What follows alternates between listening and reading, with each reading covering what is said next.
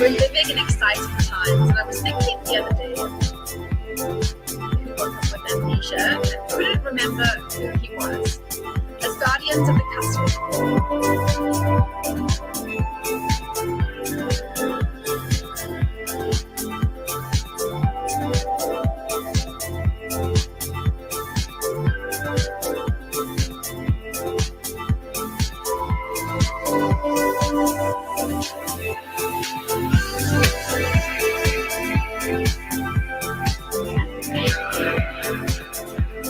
our experience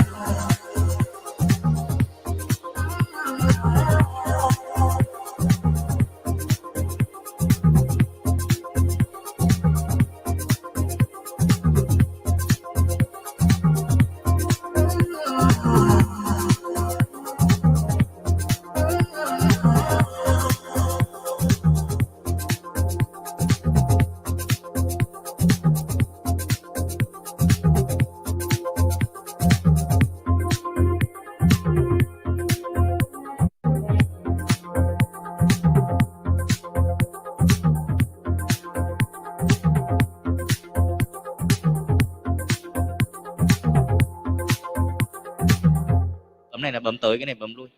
Bấm tới bấm lui vậy thôi, con em ngồi sẵn.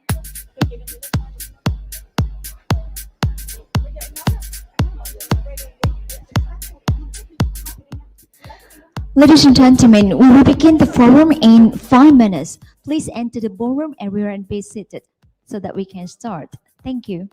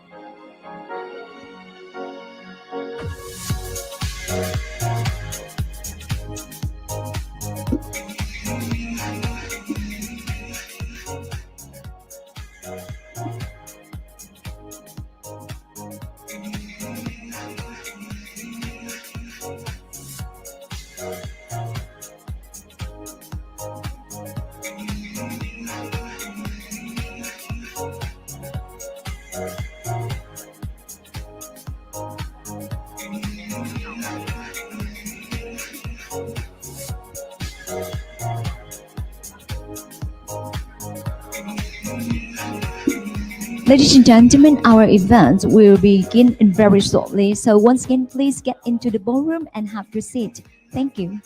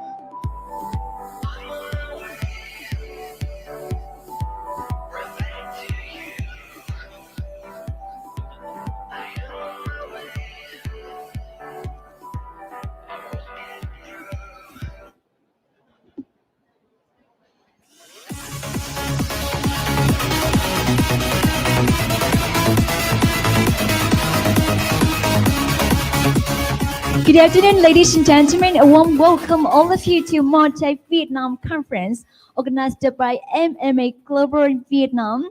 First of all, on behalf of the organizer, I would like to say thank you so much for your joining us and wish you all a good day. And my name is Tan Yang, and I send all of you a warm greeting from me. Thank you for joining us. So in order to have meaningful and seamless event, please help turn your mobile phone to silent mode before we go to the main panel discussion in this event today. So thank you so much for your helping. So ladies and gentlemen, continuing the mission to create the all-in-one platform for all brands and technology companies in Vietnam, where we can all connect, share, grow, and win together, MMA Vietnam proudly to introduce to you the first Martech Vietnam conference, and its event will be live streamed on Brands in Vietnam, Advertising Vietnam, and also MMA fan page. And please share your friend too. So, ladies and gentlemen, once again, could you give a big applause to welcome all of you to our event today? Thank you. And to begin this program right now, I'm very pleased to have the welcome speech from Mrs. Phan Bích Tâm, Country Manager Vietnam, Myanmar, and Cambodia, and Board Member Vietnam MMA Global APAC.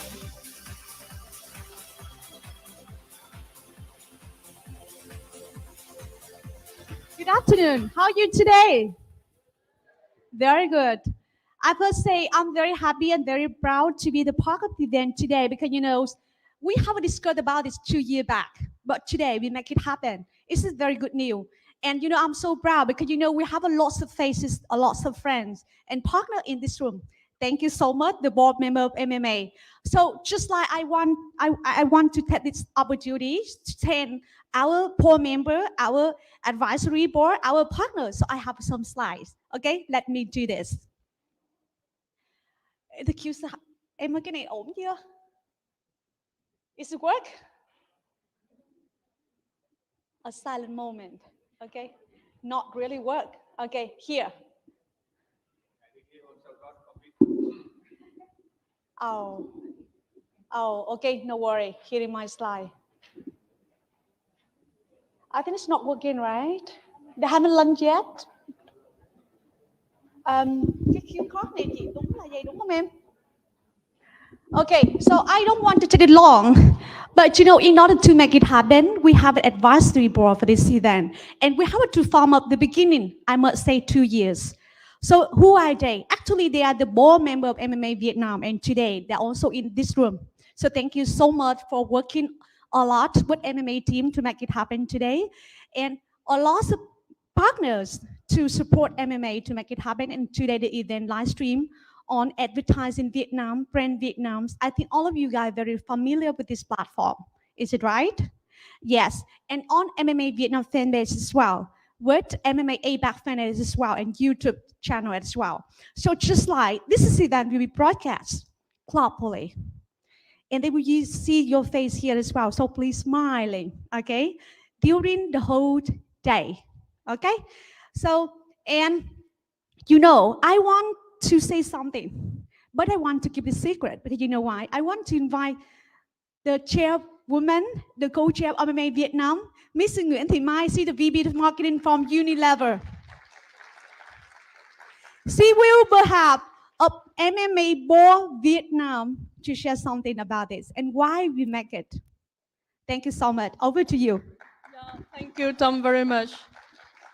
So first of all, actually, I'm a little bit nervous to be here because of I joined MMA Vietnam almost like 2 years. I hope that I remember well after COVID. Yeah, but it's the first time I joined the physically event like that, and for I think 2021 we have a stereo of virtual events. And actually that I always feel so happy to be with people rather than that looking at the screen. Even, even we talk about the marketing technology today. But, at the same time that, I believe that we share the same.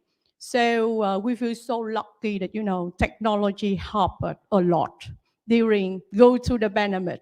Without technology, I believe that, we cannot survive after 2 years of the pandemic. And I can see that, how that, accelerate the technology adoption among, I think, the different group. I just share with you that, it totally changed the way that we do daily thing right now. From the super sophisticated activity like working and education, learning, up into the very single routine task, like, what for dinner today?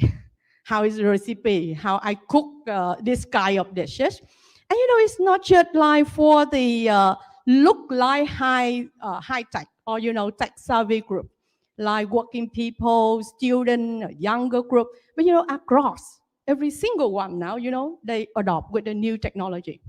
So like my relative living in rural, housewife, our supporter at home. And, even my dad, my father, like 94 years old.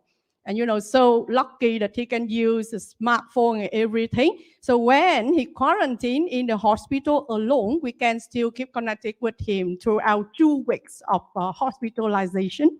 And I'm so lucky on that one. However, it created another to transform our way to approach, to connect, to engage, to serve our consumer. And, we need to make that transform faster. And then, thank you, thank you for all the tech and all the marketing technology provider. It makes our job easier. And according to, if I remember well, as the report from, if I remember well, it's the marketing technology super graphics issued by the chief Martech something. In 2021, there are more than 8,000 organizations to provide different kind of marketing technology service around the globe.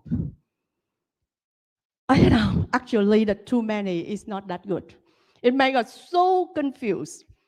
How we not get lost into that myth is quite, I think, the big challenge for us. We need to own it. We need to unlock it. We need to use it as a merge driver for it to be success, not get lost. And that's why I believe that we together, we can, Jessica, you call it as the Marketing Technology Council. It will be called the participant from the all player in the marketing ecosystem in Vietnam. Marketer, on the agency, the technology company, etc. And we believe that we can together to get all the latest updated on the new technology, on the new trend. And we share the very practical how to deploy that in Vietnam, how to find the best solution for the challenge that we're facing every day in Vietnam market and to serve for Vietnamese consumer. And I believe that, with all the powerful people out there, if we together, we will make it. Yeah. And the story of event will be organized by MMA this year, starting from last year with the marketing technology report for Vietnam market. So I hope that, all of us, we can enjoy together the very nice afternoon today. It's quite some of the first physical event we have together, and the more will come.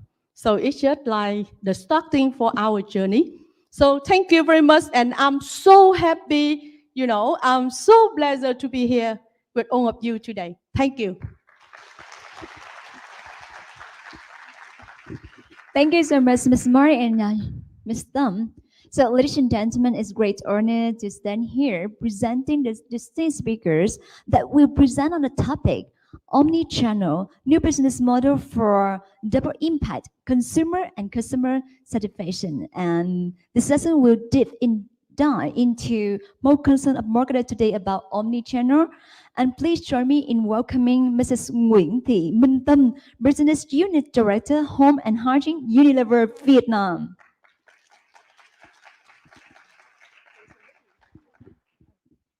Thank you. So good afternoon, everyone. My name is Tam, and I came from Unilever, Vietnam. And I have been working in this FMCG for almost 18 years already, and majoring in marketing and trade marketing. Yeah. And I started to learn about omni-channel, I think just 1.5 years ago. But it is my big privilege to come here today and share with you a bit of my understanding and a bit of practice in Unilever when it comes to omni-channel. Yeah. So let's get started. Excited about the channel, and let's start with the basics first. Cho chị mượn cái bấm slide được không?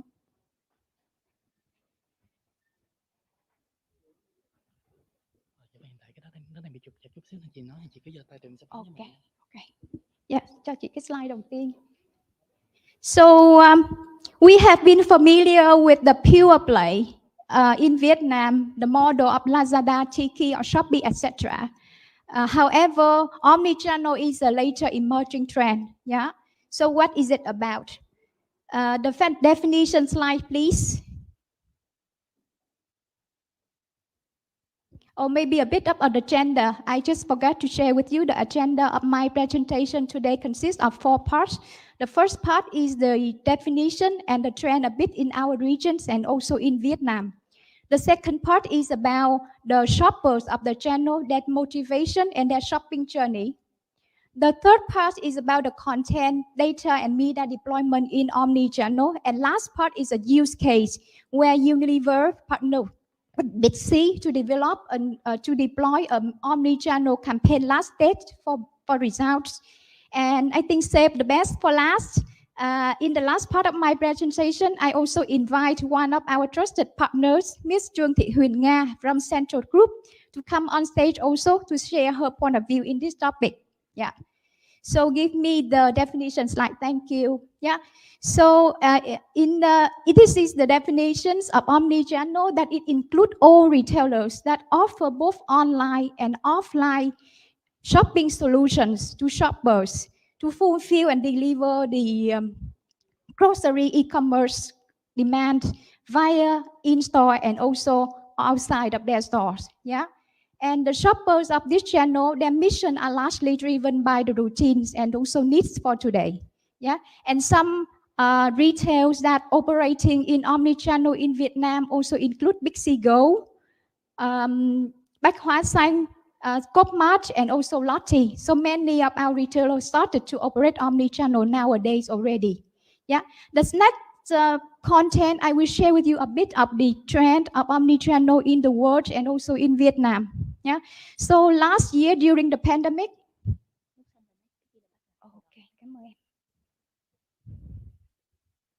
So last year during the pandemic, due to the social distancing, we see a phenomenal growth of omni-channel, not only omni-channel, it must say digital commerce, to use the right word. It is almost 5 times versus the previous period. Yeah. And within the digital commerce, in FMCG, omni-channel contributes almost 33%, which means it is also growing very, very fast. And this trend is predicted to continue in the near future. Yeah. And the next chart gives us a view in terms of comparison between omni-channel and pure play in terms of penetration. We can see that the penetration of omni is not yet reaching the level of pure play, however, catching up quite fast. So the penetration of omni now at around 3 to 4% in our nearby country in Southeast Asia. In Vietnam last year, the penetration of omni-channel was up to 8% already.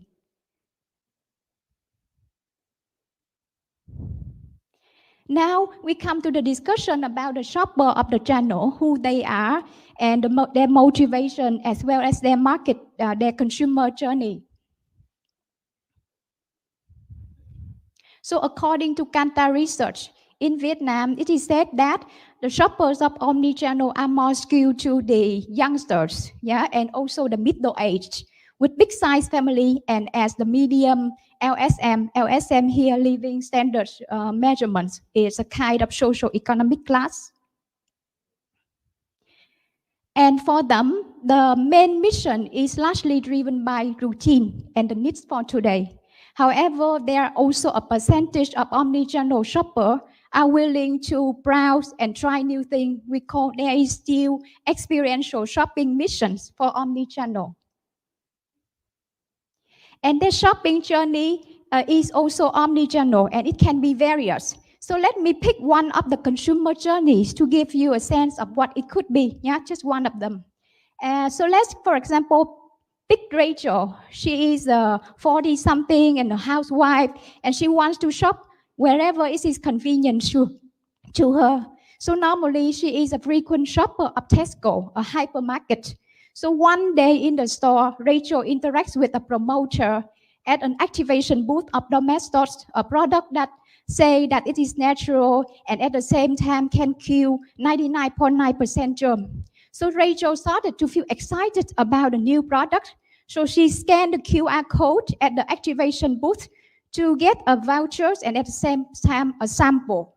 So when she lands into the domestosbrand.com, she can read more information about the product, and at the same time, she can also read about the rating and review from other shoppers about the product. Then she signs up to get the discount vouchers.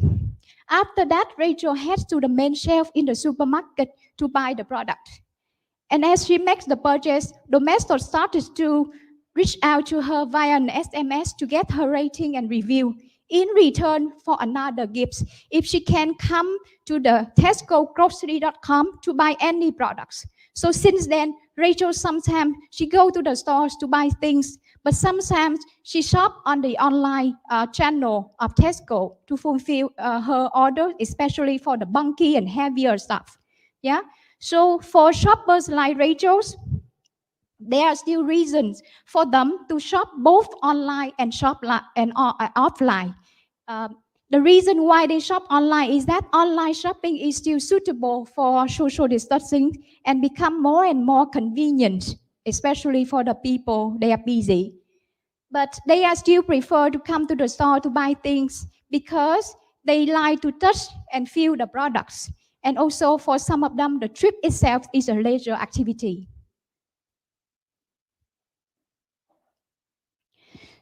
And the shopping journey for the shopper on omnichannel is not linear. Yeah, there are many ways for a shopper to add an item to their shopping basket, either via favorites, via search, or via the main menu in the retailer website. But search remains the most crucial. In other words, search is a main source of add to basket actions of all of the activities in omnichannel. Therefore, to win in this channel, we have to be winning in search. In the world, there are 4 models of omnichannels. In Vietnam, we don't see much of click and collect or ship to home. The most popular model in Vietnam we call rapid delivery, where the orders is arranged by the store staff and delivered via motorbikes. Yeah, we have lots of motorbikes. Therefore, this model is most popular in Vietnam. So the next part of my presentation, I will cover the content, data, and media deployment on the omnichannel. And a quick note on content first. Yeah? So content on omnichannel is more towards the written elements, including the perfect names, the bullet point descriptions, and also hero image. Recent years, supplementary images like the pictures I show on the right-hand side are also widely accepted. And a smaller note is that 7OA for omnichannel has to be retailer fit, and that is the difference versus the pure play. Omnichannel media consists of the 4 things. The first thing is about perfect store online, because it has always to be a clear product and appealing product content before any investment. Yeah, and these normally include the visual and written content optimized to convert the shopper and also to win in search organically. The second item is on retail search. As I said earlier, win in search is critical. Our product has to be discoverable when the consumer search. Yeah. And the third thing is on retail media. Here it means that we can invest into banners and products placement on the retailer websites, because I think we need to also find relevant content to serve relevant shoppers as they browse on the website.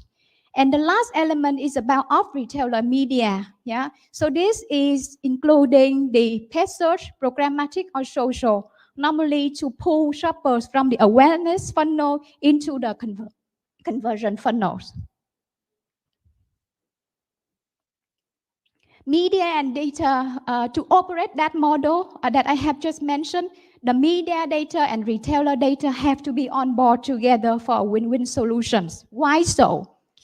Media and also brand data can bring high quality traffic to the retailer websites, and in the return, the retailer, if allowed data sharing, can enable analytics and also optimize media spend, and also unlock the chance for repeat purchase, upsells, and cross sales. So obviously, this is a win-win situation.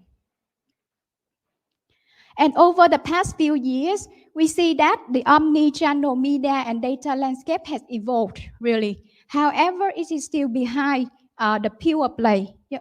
Therefore, depending on the different level of data and media maturity of the retailer on omni, there are different approaches to the data and media deployment. The lowest level, almost the basic one, is to deploy 7OA and also promotion on the site only. The higher level is to partnership on contents and banners, or we say on retailers' investment. And the highest level is truly a digital marketing collaboration between brands and also the retailers, which in the later part of my presentation, I can showcase to you. Yeah. There are two actions for marketers, to take notes. Number one is to make sure that we know the data maturity level of the omni retails in order to decide which media deployment model to choose and which audience and assets to be deployed.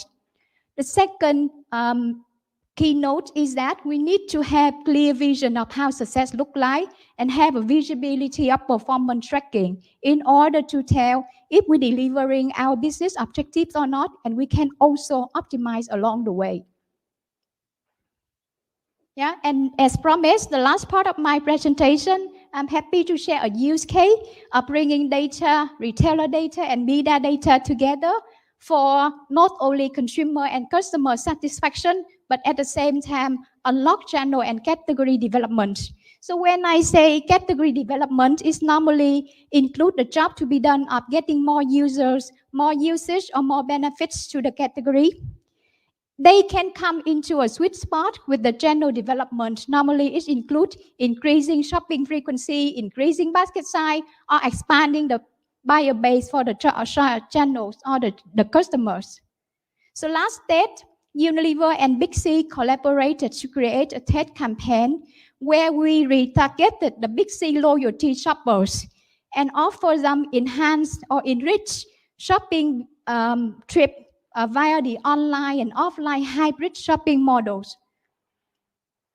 So in that campaign, we targeted the 3 types of shoppers using 3 different types of data. Number one, we target the Big C members. They are loyalty shoppers of Big C. Second, we use Unilever shoppers. They normally shop in a Big C store. And third, we wanted to target the shoppers of Big C who live near the Big C stores because we wanted to offer them online experience by offering free ship if they start to shop online. So in terms of content, we invite the precise audience to shop online and offline by triggering convenience and also offering exclusive promotion when they started to shop omni-channel. In terms of media, we use Facebook CPAS and also geo-targeting. Yeah.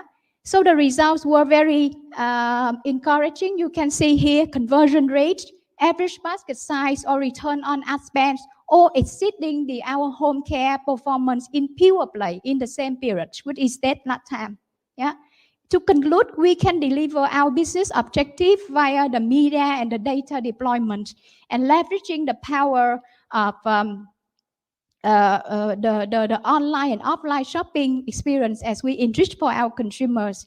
And this cannot be done without the collaboration between our Unilever and also our retailers and also our media partners. With that, I hand over to Ms. Trương Thị Hiền Nga from Central Retail to share a bit of her point of view and expectation in terms of how a brand, a manufacturer, and a retailer can collaborate together to create and unlock this channel.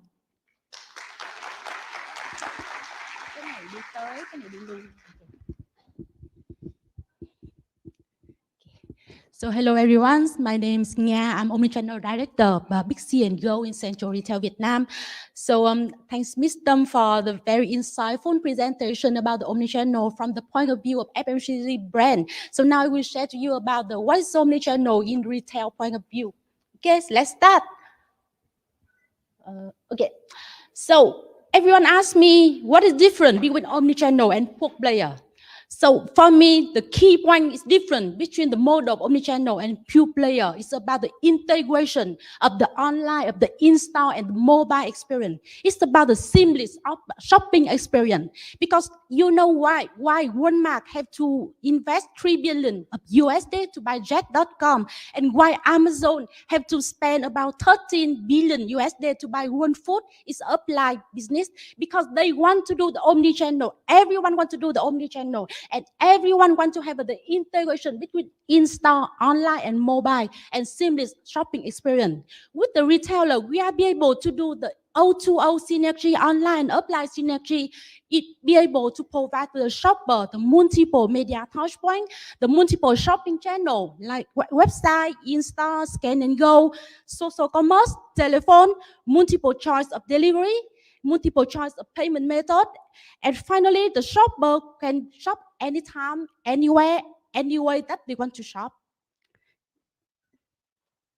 Okay, so now I want to focus on the seamless experience in communication. So you know when we are doing the omnichannel, we are be able to also synergy the online, offline communication. We could send one message, could be communicated in on channel, in offline, like the POSM in our store, the catalog, the flyer, the product display in our shelf, the PG on our store. But in the same time, the same message could be provided in the social media, the SEO, the website, the app, noti push, the online, also the online display in our application and website. And our objective is to use the digital tool to personalize the offer, retarget the shopper, and follow the customer online to offline, but also offline to online. I could give an example.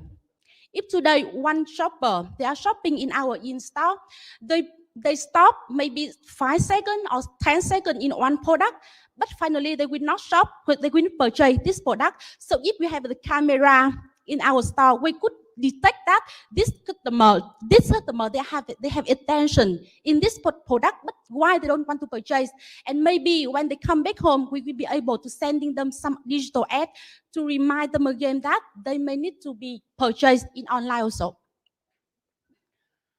Okay.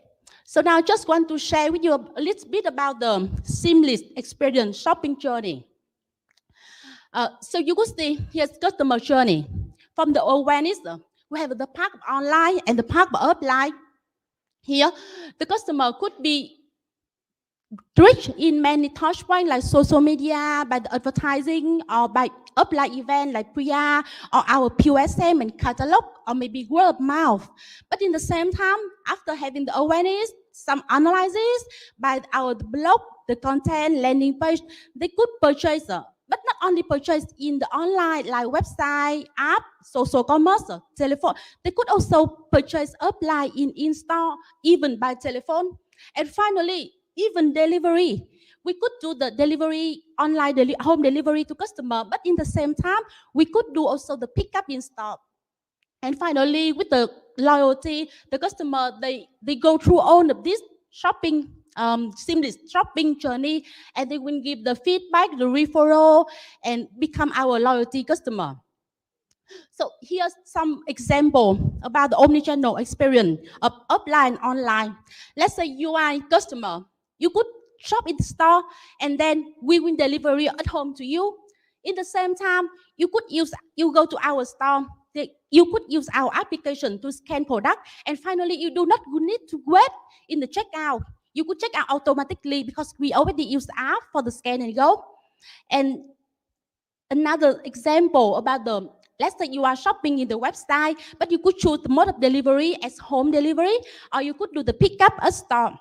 So once again, the shopper can shop anywhere, anytime, with the most convenient option. Okay. So now I just want to share about how we create the success from the retailer for omnichannel.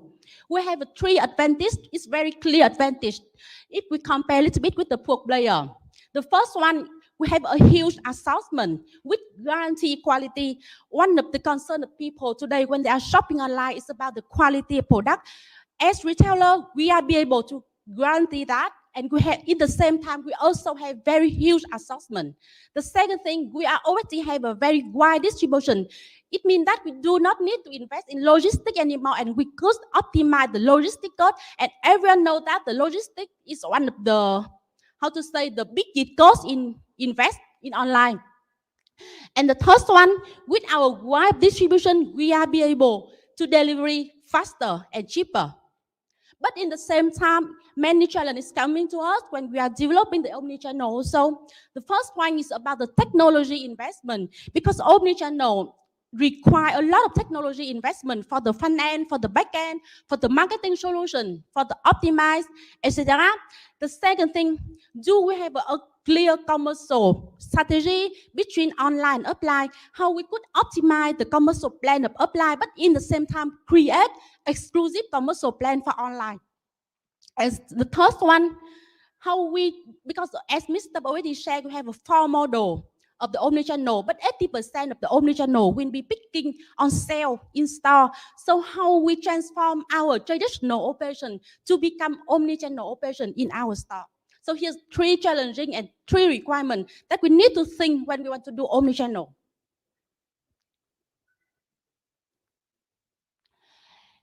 As retailer, we used to work with many FMCG brands to develop and collaborate to develop an omnichannel together. But one of the key points that from the retailer, we really want to have the collaboration of brand is about the omnichannel vision and organization. Most of the brands today, they have some difficulty to understand the omnichannel model, and they are not be able to separate or differentiate between pure play and omnichannel. So that's why omnichannel understanding, omnichannel knowledge, and understanding well about the omnichannel model, and be able to having a clear vision and clear organization in omnichannel from brand side is very important for us to work together and to develop omnichannel together. And the last slide in my presentation is about what is the growth driver when we are working with the brand.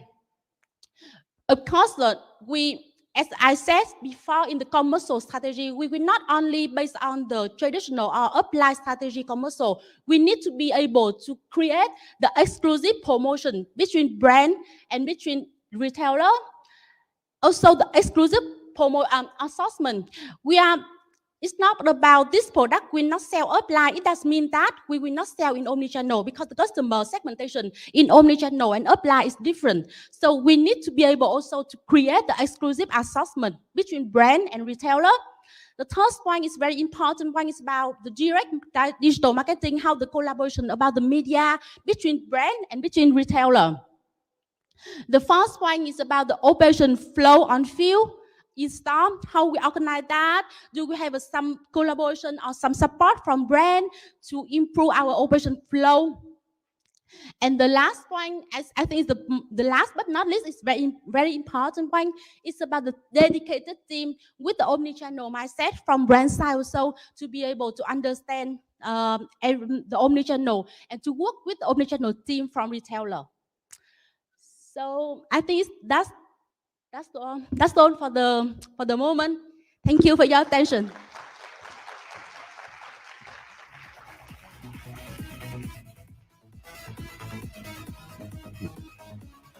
Thank you so much, Ms. Nga and Ms. Lam again for your presentation. Ladies and gentlemen, and right now, please welcome the first panel today. In this part, please open Slido for all audiences in this room. If you have any questions you may have, and please scan the QR code or open Slido with room name, MMAVN. So the first panel, Modern Marketing Era, Time to Reset and Reboot with Martech. The team is no longer for the forward-thinking and center-level marketers, but for marketing community as a whole to be agile, customer-centric, technology-enabled, and please join me in welcome the leading industry market leaders and brands for this panel. Mr. Đinh Lê Đạt, co-founder and CEO Ants. Mr. Tú Hoàng, the Chief Technology Officer, Unigans Vietnam Company. Mr. Dũng Đặng, co-founder and CEO Vui App. And the moderator, Mrs. Nguyễn Diệu Cầm, General Director, TNA OQV Vietnam. And ladies and gentlemen, please give a big applause to join me and welcome them on the stage. Cho xin thêm mic ạ.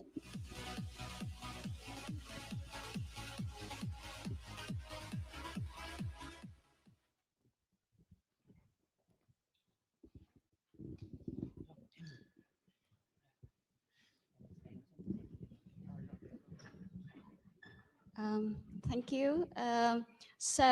We have the first panel today about Martech, and we want to have here three experts in the field, and we have Mr. Dat, who is expert in data.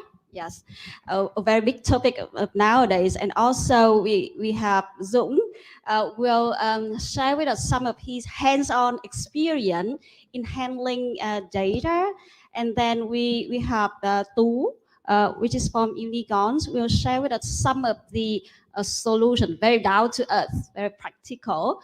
So I want to start with looking at the previous presentations. We see that the fundamental triangle data, technology, and creativity is making the development of Martech in Vietnam nowadays. So starting with data, we see that consumer nowadays is working and shopping in a multi-platform digital focus.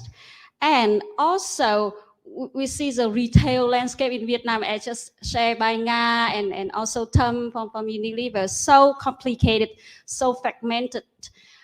So as marketer, it's critical for us to look at data, understanding data, and how we can have a data-driven approach in a context where data is a currency. Let's start with that. Could you share with us your overview about the data landscape in Vietnam? What do you think about how it is evolving, and how can we benefit from that? Anyone want to start? And that maybe you want to start. Thank you, Kam. I think it's really proud to start with the data because I think it's for a long time, right? Where we always want to start with the revenue and growth, but actually the root cause came from data. So let me very short on what is my experience in the last 5 years traveling across of Southeast Asia, especially for the Martech landscape. I think the majority problem of the data right now, because of the mindset of the enterprise and the brand, the majority growth happened in the new customer acquisitions. So because of this growth happened with the new customer acquisition, that's why the impact of the channel acquisitions that can be applied with data is quite limited, to be honest. Because as you see, majority way of measure of the cost acquisition now happening from the upper funnel, where the kind of like ability of the brand to really activate the data is getting lesser, to be honest, in terms of the variant of the impact. Because all the biggest platform now going to automations, going to the auto bidding, going to the all like AI driven. So which is from the brand standpoint, from the enterprise standpoint, we very difficult to really can impact to this kind like engine decisions kind like platform. But in another way, what I realized that the COVID is showing that the sustainable growth that company looking right now is to grow with retentions and with the lifetime value of the customer. And many of companies figure out when they take a look of the deeper on the growth loop of the data, showing that the majority profit actually came from existing customer, returning customer. So that's very good point that the companies start realizing reinvesting on the back core of the whole business is your existing customer growth. So then this data, I think, is the first party data. The first key message I want to address here is today we proud to hear that the many companies start have the first party strategy because they realize that's so important, because they start mapping out the impact of the existing customer to the overall business operation. So that's the first one. The second one, take a look of global landscape about like Martech is about maybe in the 3rd of May will be the first global Martech where we announce the new landscape, but let me address to the previous landscape 2021, where the global Martech is about 22 category of the technology and about 8,000 companies participating, and almost 1,200 companies just focus on the data. And there are 3 key points of the areas of data that normally the people now investing. One is definitely is insight and reporting, which is without that you cannot understand what is happening. The second is about the measurement and attribution.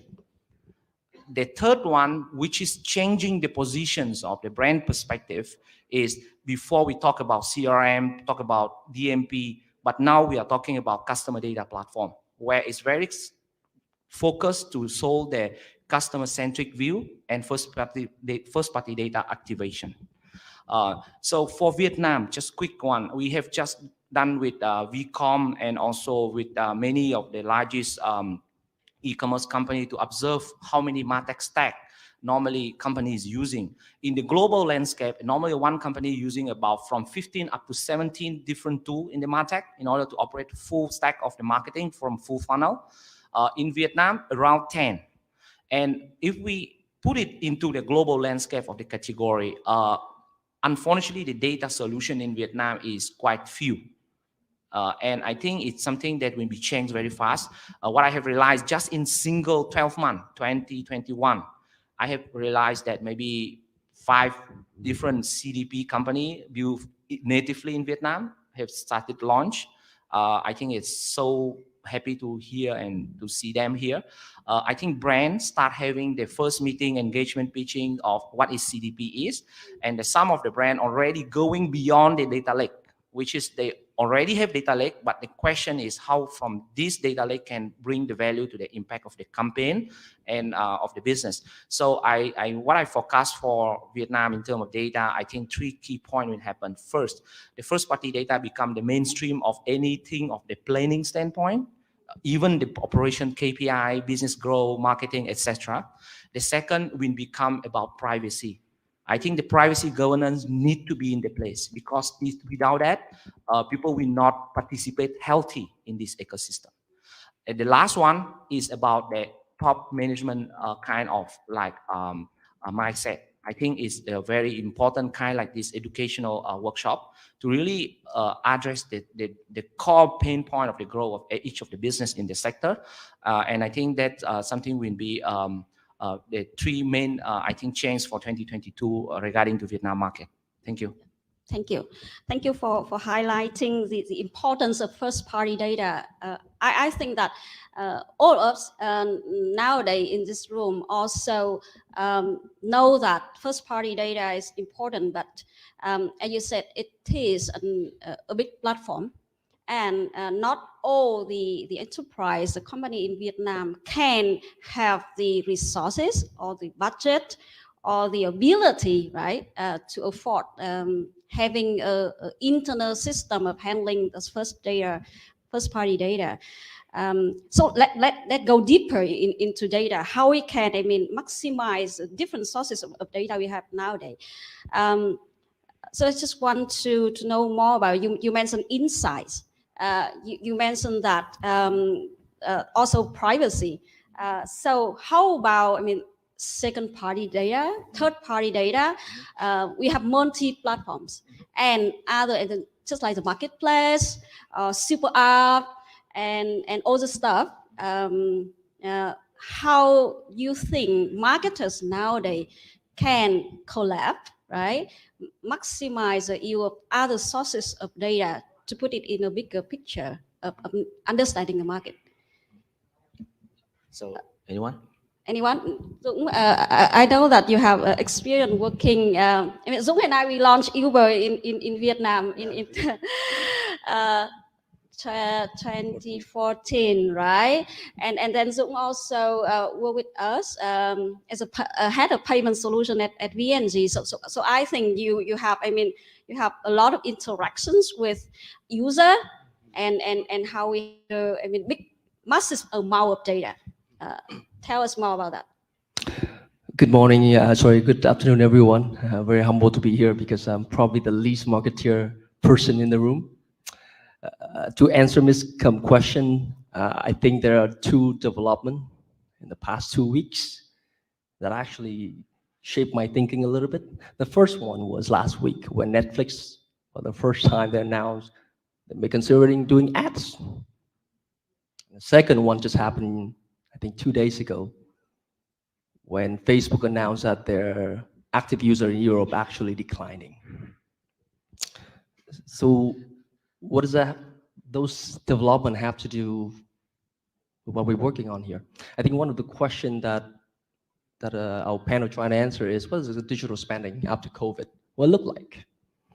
And from those two examples, in my macro view, I think it's still gonna go up. Maybe I'm just a forever optimist, but what happened is we've seen in COVID time, there's a lot of losers and winners. For the losers, now it's time to catch up. And for the winners, especially some high growth tech company, it's now time to maintain the high growth expectation. You can see that the stock market carnage in the past few weeks, where multiple compression was a key discussion in the room. So what happened is, I bet that the span is still going to go up, but at the same time, beyond the first party data and the capability associated that, what a lot of companies have to prepare themselves for, I think one of the bets in the near future is reach beyond the pure content platform. Your content platform, like, you have Facebook, you have Google, and so on and so forth, right? And from the business side, when I'm running multiple businesses before, what happened is we see the CAC is actually on the rise. It's always on the rise because the ad inventories get lower. And then, as the dad just mentioned, retention is actually going down because actually consumer have more choices and that's being exposed to more digital ad and so on and so forth. So what happened is there are a lot of company now struggling with what the concept of renting revenue. It's not even like, getting the revenue there. It's not stable, but it's just renting it until your ads go out. But if we look at the landscape, go back to the spending, we see that a lot of more apps and platform in Vietnam are actually gaining traction in terms of size and scale. And because of also the pressure for growth and pressure for monetization, increasingly we'll see more third-party platform will be open to ads. And what happened is, with the exception of content-driven platform, just like Facebook, I don't think those third-party platforms are fully ready for ads yet. I mean, the basic one is just display the banner and so on, and there's so much more things those platforms need to do and will have to do in the future to get it done in the Martech field. And so just to set the preamble for that and to continue on that, what I do believe is some mega platform in Vietnam would increasingly be more open to ads. Not all of them are ready with the Martech stack, right? And of course, I think one of the very, very low-hanging fruit ideas that are actually obvious to many of you here will be marketing partnership on data, right? How do we leverage each platform strength, whether you're a client or you are the partners, so that we can capture the full view of customer journey, right? The other thing is moving away from content platform. Most of the platform are very sort of vertical focused. You have shopping, you have like logistics, you have payments and so on and so forth. And so I think they're thinking to go really, really deep into which each of the parties really good at, to form that, and also helping especially the platform side to get better at Martech. I think it will be one of the interesting bet in the next few years. Maybe just to jump in, it's very interesting point that Dũng have mentioned.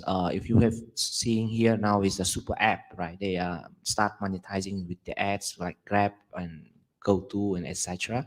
It means that about like third-party data is still very important, but we need to look beyond just like Google and Facebook data. Yeah, it's very important to have understand of the signal of data. It's not about the volume of data, and it need to be understanding of your own customer journey and understand of the purpose of touch point in order to understand which the important signal you need to optimize on your marketing spend. And it's definitely, we all know what is omnichannel is saying from the first two presentation, which is we are dealing with full funnel marketing and mixed marketing allocations.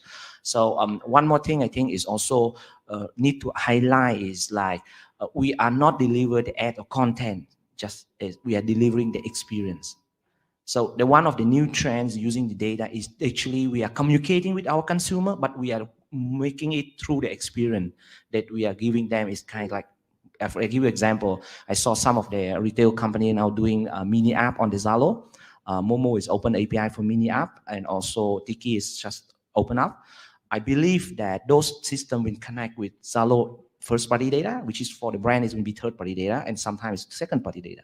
So a lot of opportunity to brand to think differently of not just grow with the upper funnel with more retentions, mid funnel, and also low funnel, which is go beyond of like just ad communication, which is you deliver the relevant message to your consumer every single day. So that's something will happen very fast in the market. I think this is a very good point. It reminds me of the big topic that we also, from the creative point of view, discussed a lot recently about empathy, right? How you look at the total landscape of a lot of data. It's just like an oceans of things, and how you make yourself relevant. And it is not just pushing everything out. It's also about identify the conversations. Data is we always think about data is an resources of information that we want to own and then analyze and then make good use of it and drive another big amount of data out. But from YouTube point of view, I see that there should be certain, deep thinking about the role of data, a strategy, right, on using data, and also the flexibility of combining different sources of data. So when we look at that, another big challenge pop up is that it seems like there's no solution good enough to handle that big pool of contrasting sources of data. But any kind of, solution, you mentioned CDP, right? Any kind of solution you think available in Vietnam, good for this market, and marketers can use it right now, right here. Good afternoon, everyone. I'm from Unigons, and we are actually a creative tech company. We have been hearing about data. We acquire data, but and then actually everyone here, do you think that we always rely on third-party data.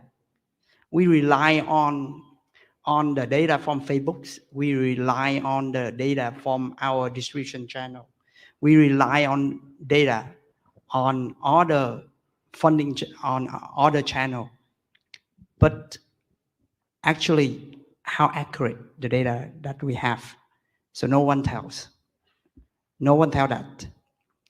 And actually, as a technologies provider, we see right now in the technology, in a marketing field, we see a reset.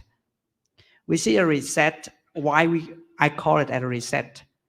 Because that before when the internet era is explode, and we see web 1.0, and then we see web 0.20, and then now we will see web 3.0. So what is web 3.0? It's actually a reset of how we review our customer journey, how we rebuild our acquisition of data, of how we try to control our data to be ourselves. So and that is the journey we have to be reset right now. So, and you guys will see a trend in the branding, building the virtual web, and then recreate a new customer journey instead of getting the traffic from other third-party platform, and then brand trying to invest in their own platform right now. For example, recently we are working a lot with Rummy Control, which is the alcoholic drink, and then now they start to putting a lot of investment into creating the online journey for their customer, and then to try to grab their customer inside by using multiple technology like streaming and then activation and activation at the ground level. So, and then after that, and then they will have the control of the whole journey of the client, and then they can create more traffic, and then they can increase the retention from the customer based on those activities. So that means we have to reset to build again the brand awareness, and then the customer journey of each brand. So brand awareness, of course, is also about, I mean, understanding data and then how your brand can respond to the market. But I think it come into another, I mean, angle into that topic. I think it's quite interesting that you mentioned, and you guys also mentions about, I mean, big amount of data and how we can automate the process of handling data. Can you tell us more about, I mean, certain, I mean, low hanging fruit, the technology behind, how we can, I mean, automate the process, how we can, I mean, let the machine, right, doing the labor work, and then we focus more on the human part of that. You also mentioned AI and machine learning and stuff like that. Can you tell us more about, I mean, and share with us maybe practical experience, practical, I mean, some cases, the showcase of what you have done, so that we can, I mean, initiate a bigger thinking about, I mean, what coming next. Okay, maybe I take this first. Maybe you can continue more deeper on your AI and ML experience. Actually, I'm the background. Actually, I'm data scientist in the major of my postgraduate study. But after learning data and doing in the deeper data, and I come back to the basic. Actually, is the outcome is come very simple approach. Unfortunately, it's my personal view. For example, give example of your previous question, how we can use those third-party data and first-party data, right? So take a look at actual situation of the marketing spending right now. We spend try a lot of optimization on the upper funnel, which is we do different ad access to communicate with different persona, right? But think about when the customer click on the ad, land on your website. Your website is a statistic. You're not communicating with different segment of customer. You have only one message to everyone who come to website, even a returning visitor, or is a new visitor, or is a returning customer, or a high value customer. So this means very simple approach is many existing solutions now can personalize your website to at least for 3 big group of new customer, revisiting customer, and returning visitor. So just focus on these 3 things. Actually, I don't think it's too much big data here. It's very simple. Many solution in the Martech landscape in Vietnam. Company already able for the brand to identify of those traffic coming in the website. Or either the traffic that you coming from your paid ad campaign, which is you can capture by UTM tracking. You can, let's say that they land on your landing page and they leave to the home page, right? But you know where they came from. They came from your previous UTM tracking. So which is you should communicate differently with them. And that's the first very simple, practical, which is I see a lot of e-commerce retail-oriented website can take immediate impact to really address the conversion rate of experience on your middle funnel. The second one is very simple also, that people always try to get people purchase something. Is the end goal. But in order to push to that, you need to have the proper planning of what we call micro conversions, which is maybe ask them based on what they search, what they last time they put something on your basket or last purchase. This is your first party data, and you can easily nurturing them with their next purchase by something like offer the best use of some of your product. Don't ask people to buy immediately.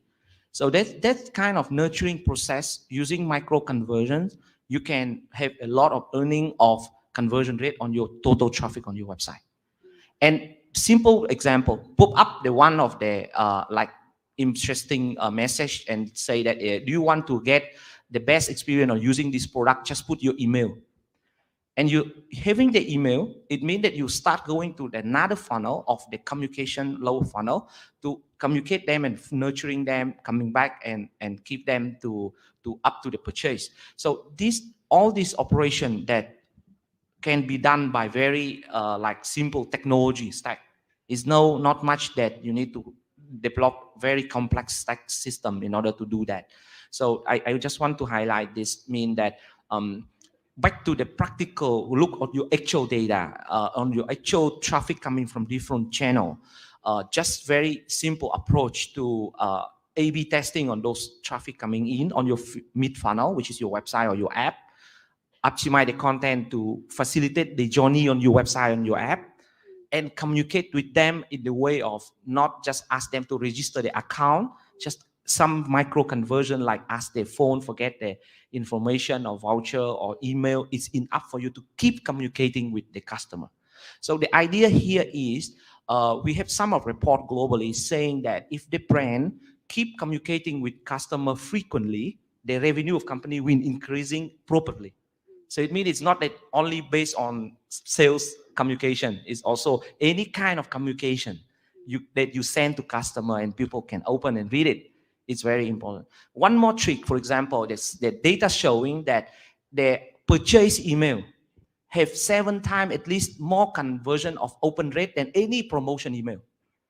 But how many customer or brand here using the moment of sending the complete purchase order and doing something upsell, cross-sell, or promotion in the second part of email?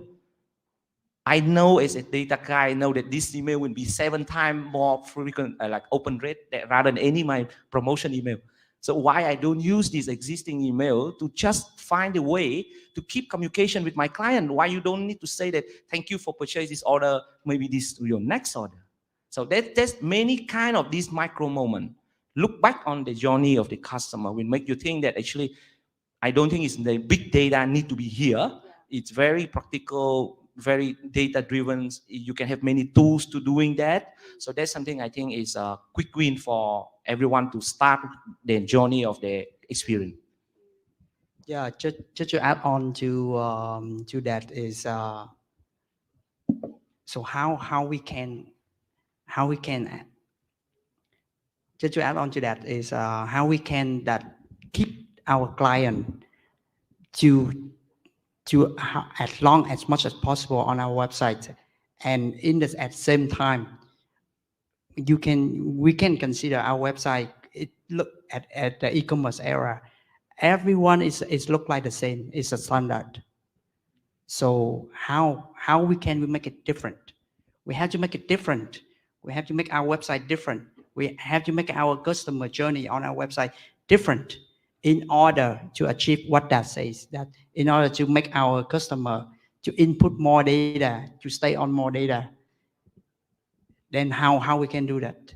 Right now, the Web3 technology will enable a lot of technology upon the process stack, and then we can do much more with the technology right now. I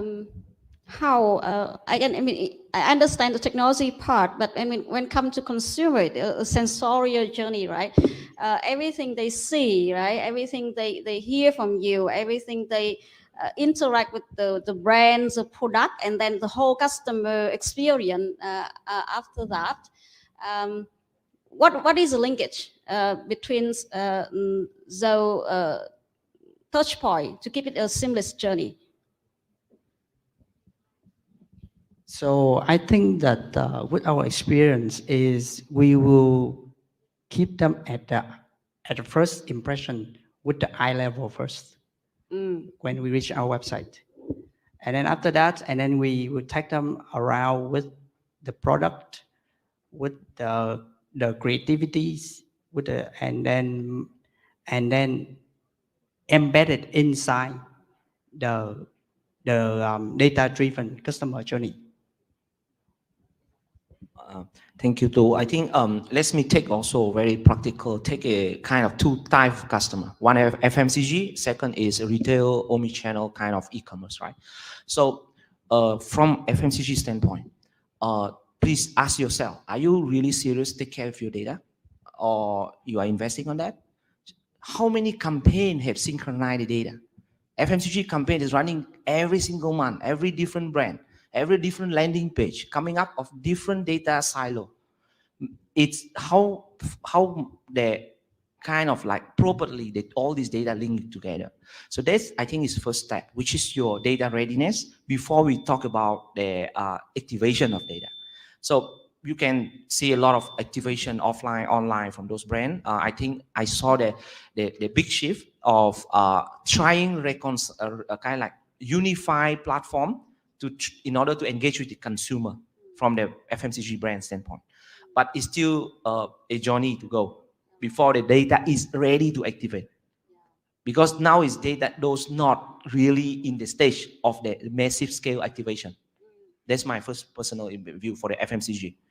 For the retail omnichannel e-commerce, because they have direct consumer data, they have PI data, they already start using data in the activation, which is, I share with you guys, it's not about Google, Facebook, retargeting of customer audience.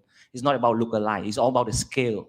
The scale is back to the KPI of the business. It's how many user currently is searching something on your website and convert by purchase. So that's the most important traffic that you are currently not really properly handled. So all this first-party data, first-party traffic is a quick win for any retail or e-commerce retail company. Coming back to one of the thing I think is a challenge is actually the responsibility of marketer today is really changed. What we think is, and what we see globally is, marketer not like doing the brand management not anymore. Actually, marketer today actually impact to the growth of company. So that's involve you to be like dealing with data, technology, and beyond. So that's something I think is kind of like Martech involved, where we talk about marketing, but plus technology, right? So that will be continuously more required their educations and also more practice and A/B testing in the market. Yeah, so what I can share. Thank you. So we spent a last few minutes to open the floor to questions from the audience.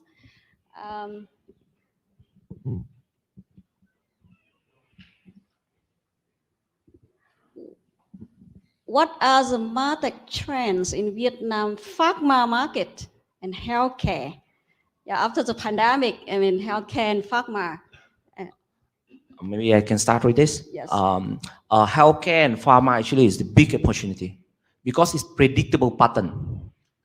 From data standpoint, if you look at the persona of the consumer, if people start buying something COVID like medicine, you know that how long the people need to buy and how much the medicine they need to buy, right?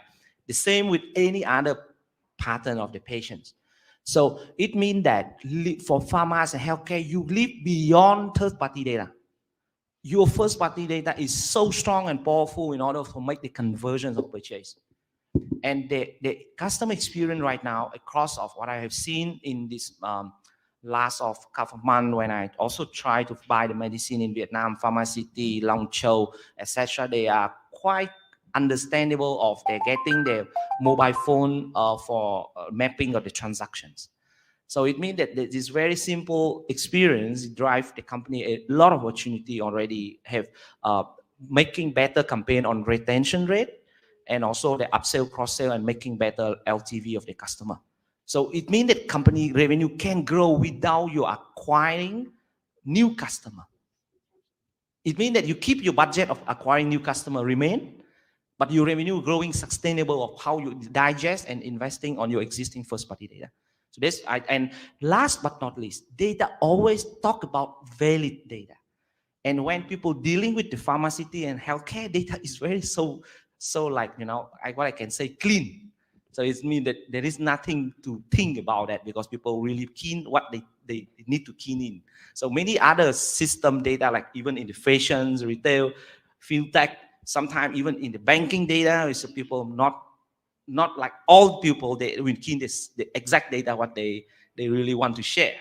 So that means, I mean, in healthcare and pharmacy is a huge opportunity to grow with kind of like whole the world now really to care about the health around, right? So that's, I think, is a huge opportunity for the first party data activation.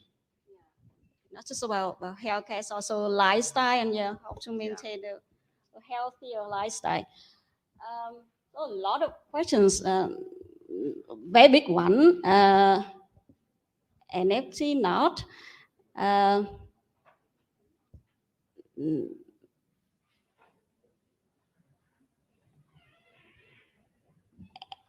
Any use case on how to build a successful case of data without CDP? Quite a good one. I think it's low-hanging fruit, right? Yeah. It's available for everybody. And I did that question, but I didn't hear it clearly from you. Not everybody have a big budget. Down to earth, right? How we can, SME, for example, how we can maximize the value of data. Sorry, can I pick this question for this just recently? We have the wrong perception. A CDP is not a system, it's a concept. Please understand me. It's concept how you start maximize your first party data. $5, you can have the subscription of the tool that can utilize all your traffic on the website, your first party data, to have the segment of the new visitor, returning customer. It's $5 per month. For your traffic, it's like 100,000 unique visitors per month. So I mean, it's a little bit confusing of adoptions of the technology. Is the big investment is wrong. The optimizing data that you can start identify of where with the most important data you start with. And those amount is normally not require big of your amount of investment, which is you don't need to store any data. You need to define what data you need to store, what data you need to analyze. So which is a lot of tools actually also doing the partly of the CDP kind of functionality, maybe they not fully of the unified single view cross channel, but at least for the website digital channel unify, it's not the expensive one. Yes, if you want to go beyond of online digital touchpoint with the offline touchpoint, yes, then another additional investment need to be there because data in the offline is messy. So that's I just to explain. It's like people can have the better kind like a maturity data framework in order to really go from level 1 to level 5 and identify the best practice where you can crack in. It's not like the ocean that I can see because we can now flow through the ocean, right? So it means that there are guidelines already there. Just follow the guideline first and just start from there and learn more other things to adapt. So that's my point. Yes. Thank you very much. So, I mean, just the last that point to wrap up everything. Yeah, thank you so much for the sharing. I think that when we think about data, to put it simple, it is not purely a system. It is not just the way we use it every day tactically, campaign to campaign. It mostly, I mean, come first as a thinking, right? Thinking about your business, thinking about the market, how you can utilize different resources, and CDP is not just only way to go. I mean, more about the perspective that you have now, and then, and also when we come to the metaverse. It's another, I mean, big topic. So let's think about data as a fundamental starting point of doing Martech, and then connect it into, I mean, how we use technology, how we can turn creativity into the outcome we need for the brands. Yeah, thank you very much. Thank you, everyone. Thank you, everyone. Yeah.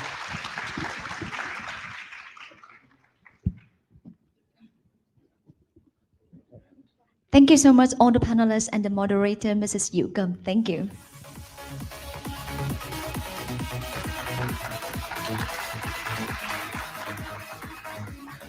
Ladies and gentlemen, and now we go to the second panel today, where the topic is Unlock Higher ROI in Retail and E-commerce with Personalization Pan. The session deep dive into the role of personalization in enhancing the ROI for the retail and e-commerce industry and provides the roadmap for improving their personalization efforts across ever-changing customer journey, leading to higher revenues and ROI. And right now, please join me to welcome on the stage the panelists and the moderator. Mr. Đinh Công Chính, Vice Director, CIO, ACFC and VFBS. Mr. Nguyễn Hải Triều, Founder and CEO, PriceData.ai. Mrs. Sweta Vic, Senior Marketing Manager, Kimberly Clark, and the moderator, Mr. Nguyễn Hữu Hùng, CEO, Asset Trade. And please join me in welcoming them on the stage by a big applause, ladies and gentlemen.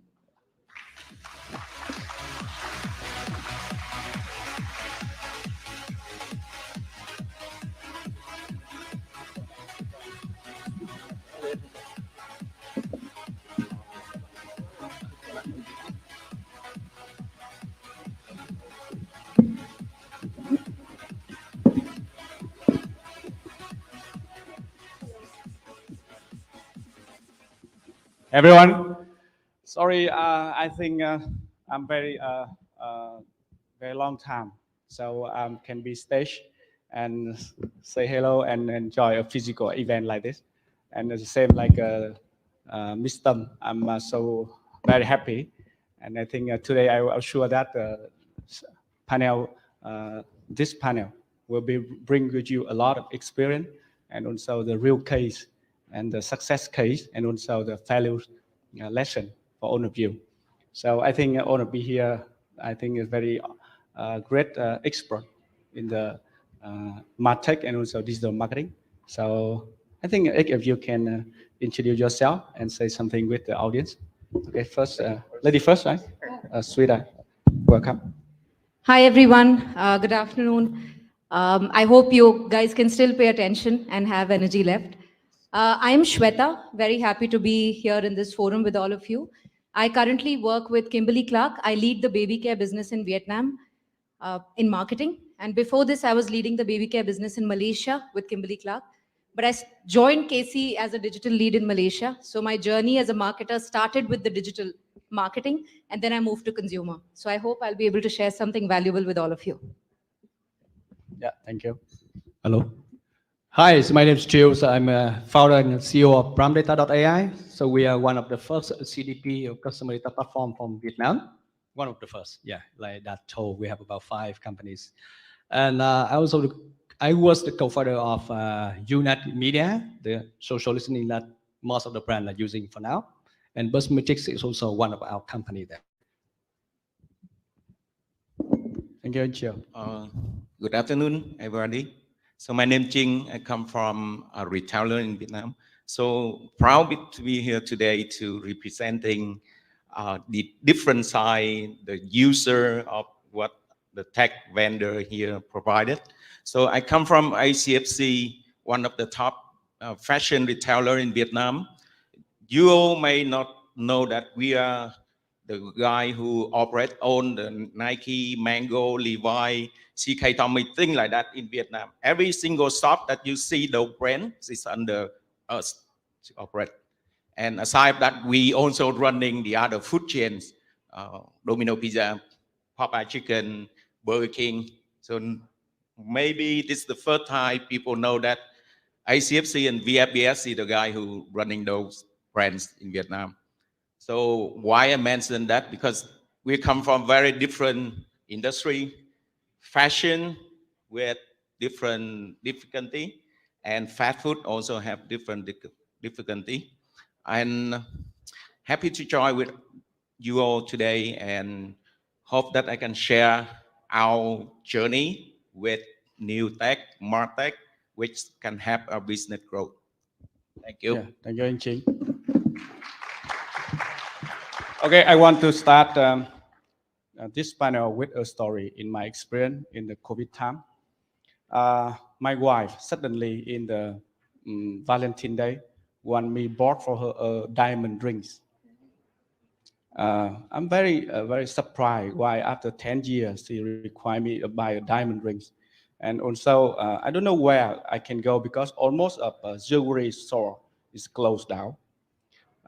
Suddenly, I remember one of our clients is a P&J company, a jewelry. I think all of you know about that. And they opened a flag store in Hanoi. And I think that is a good chance because it's our very important client, and I want to have an experience with the buy diamond ring via online. And if you have never tried about that, I recommend you did that. Actually, the diamond ring is not expensive, but I think that is a very great experience for me because when we decide to invest a lot of money to buy something expensive, it must be make sure that P&G create for me a credibility and seamless experience. Such as when I decide which model I choose, I have a time to came to the flag store on of COVID and protection very good.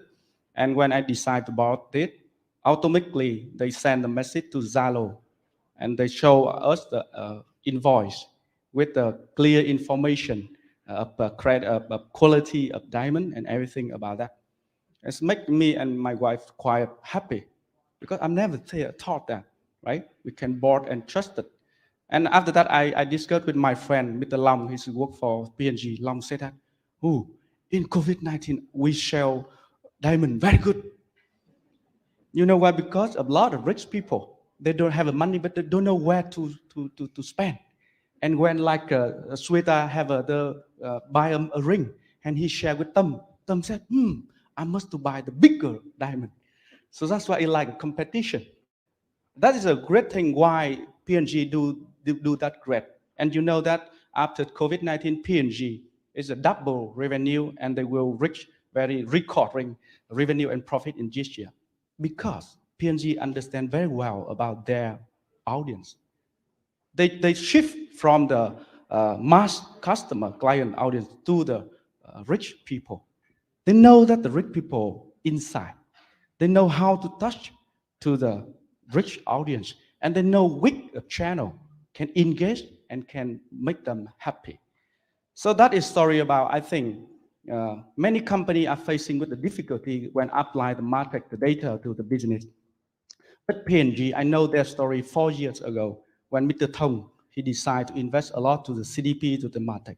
After 4 years, I think the COVID-19 is a very good testing and P&G is a success. And not only is that is not only the ad hoc success, but I'm sure that that will be the fundamental, the foundation to P&G or another company. When they invest and they get the success for the system, they can grow faster and bigger in the future. That's why today our panel, we talk about how to unlock the Martech to apply for the improve the ROI and also enhance the personalization. So first, my question to come back to my audience is that you know that all of client, all of our end user, right? They change the behavior when they go to online, when the COVID happened. So I think all of us facing with many things difficulty. So firstly, talk about the pain point. The pain point without the brand, the retailer, the company facing, right? When we, when end user change. So who? Yeah. Mr. Chi? Yeah. Let's welcome.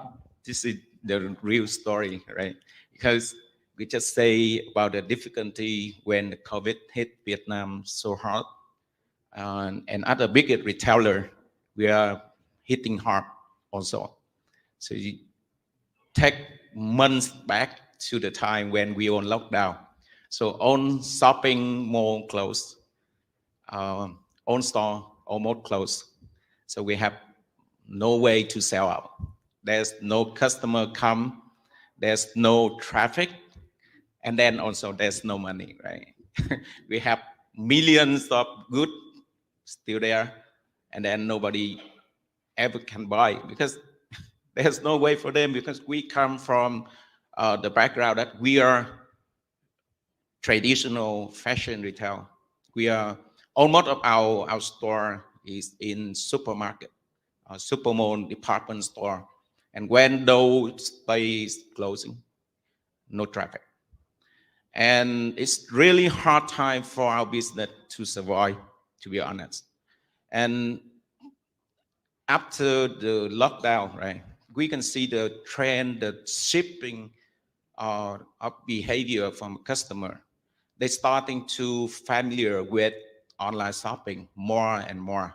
So they still come to the store to experience the product, to try the product, but we see a big chunk of them starting to buy more online. And we are kind of lucky because previous to COVID hit in 2020, we start our e-com platform. That's one of the lucky that we did.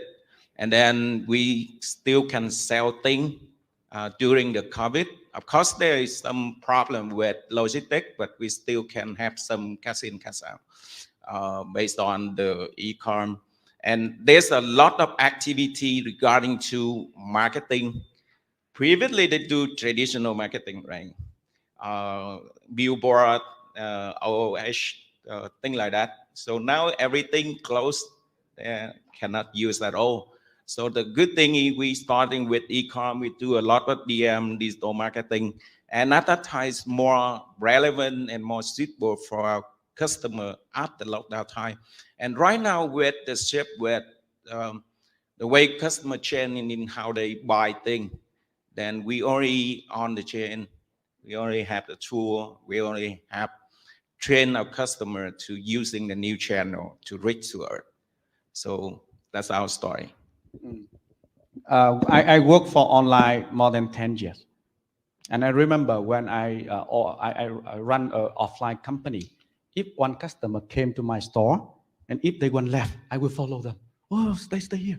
I try to offer you another thing. But in online, 100 visitors came, right? And 99 left. We don't know who we are, who they are. And we don't know how to can understand them and offer them what. So that is a difficult when they go online. Sweden, you a lot of experience when you work with global, how the chain of behavior when they go online and in the COVID is an effect and there's a difficulty when they're facing when they do marketing. So I don't work with a online retailer per se to share perspective from the retailer point of view, but Purely speaking, from a COVID standpoint, some new behaviors were given rise, but most of all, COVID accelerated the change that was already happening. Consumers were moving to e-commerce. Consumers were using search in making decisions. But what COVID did was it accelerated that shift rapidly. Now, the brands that were prepared, that were already investing in building capabilities, the brands that were investing in the right amount of spends in digital, I think benefited. Those who were not ready suffered. Also, other trends like media platforms becoming e-commerce channels becoming media channels. So I think that confluence is something that brands need to leverage when COVID happened, and some of this behavior now will continue. So do you have the right e-commerce presence? Do you have the right assortment? Are you investing enough monies? Are you spending money as per the where the consumer is moving across the funnel, across the journey? Those are some of the pertinent questions to ask, and I think those brands will prevail. Yeah. All of us, I think, are facing the same problem. So now we move to the, I think, very important topic we discussed is how your company or your client with Mr. Chiu, you address that problem by Martech solution, right? And first, I think first thing first is what is Martech? So I think Street, I have a very good definition. Is a Martech is a meaning by using data, right, and technology to improve marketing activity, right, to get better ROIs, something like that. So it means data and technology, what we use to improve the marketing. So with your experience, what is your success case? You apply the Martech to help to solve, to address the difficulty and the problem with the illusion. I remember pushing back a lot on jargon always, we're using a lot of jargon, Martech and Stack. And to me, I mean, the language that I understand and I push always is consumer. Understand your consumer. If the consumer is moving to a certain place, then be there and talk to them with a relevant message. I don't think consumers wake up and say, hey, I want personalized messages. Consumers say, talk to me in a relevant manner, if at all you want to talk to me. So I think that's important, to understand. Going back to your question on data, I think there are a couple of challenges, right? One is data collection is a challenge. Not all categories, not all brands can collect data easily. But now with a lot of restrictions coming in third-party data collection, I think first-party becomes more and more important. So the brands need to have a point of view on what data they need to collect. And if they can get first-party data of their consumers, then I think that's been, at least for us as a category, been extremely beneficial. And I'll share some perspective. Second is quality of data is extremely important. So you can collect data, but if you have PII data and you're collecting phone numbers, emails, are your consumers on emails? Do they check emails? So I remember when we were in Malaysia, we're using a lot of email communication until we sat with consumers and understood that email is completely obsolete. Consumers are not opening emails, so then we switched.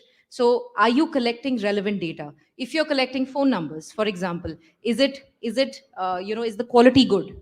Do you do callbacks and really ensure that you've got good quality data? Do you do a Facebook match rate to see that out of 100 phone numbers that you've collected, how many Facebook acknowledges? Facebook is just a placeholder. It could be any media platform. So those are, I think, challenges to note.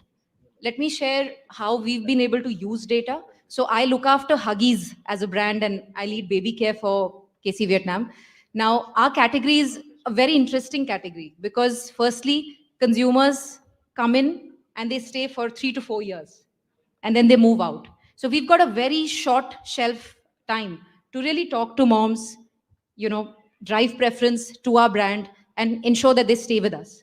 And therefore, data has been a very important part of our strategy. Also, our consumers are very lovely because they share their data with us in exchange of products, samples, and some of the experiences that we as a brand have been able to give. So I think we are uniquely positioned to be able to collect data. Now, question is, what are we doing with that data?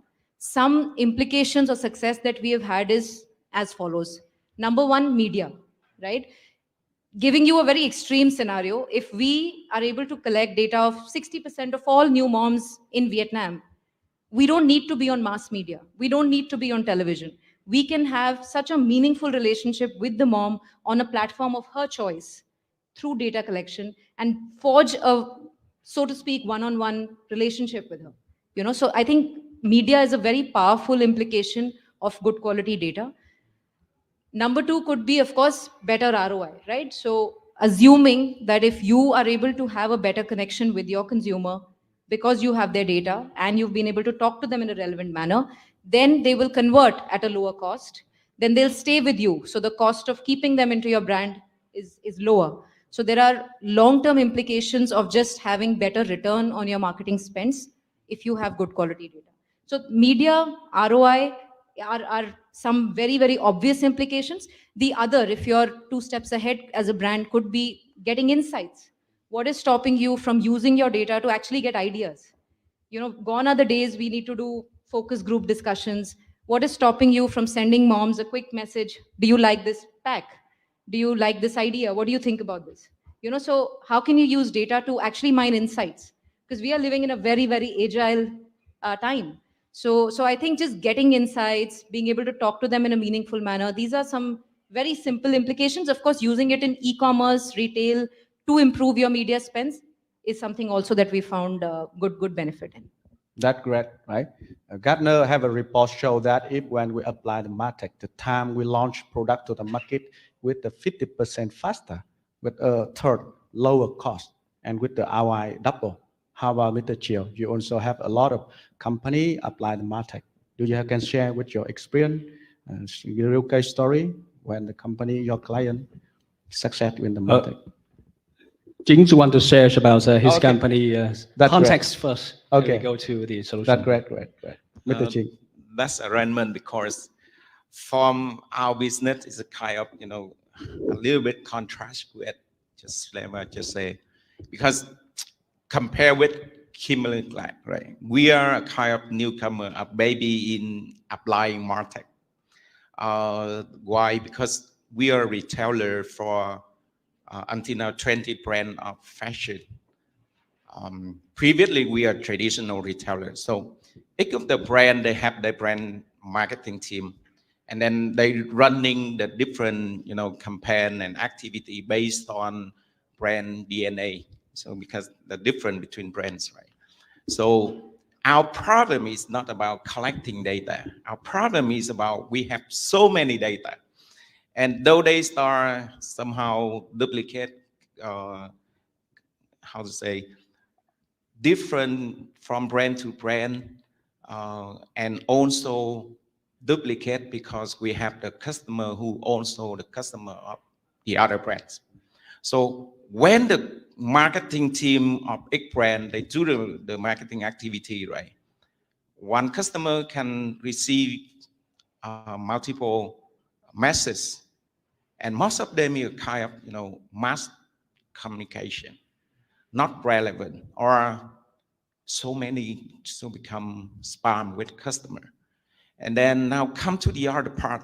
When we have so many customers, the quality of data is become headache for the team, also for the back office team who do analyze and guessing inside customer, because now the problem with so many information.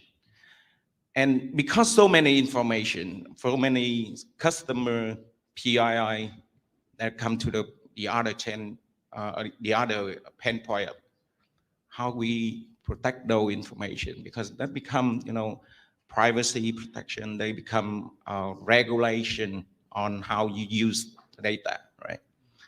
And first, the other problem is when we collect all of the data, nowadays the internal conflict of interest, who will own the data and who can use the data from the other brand.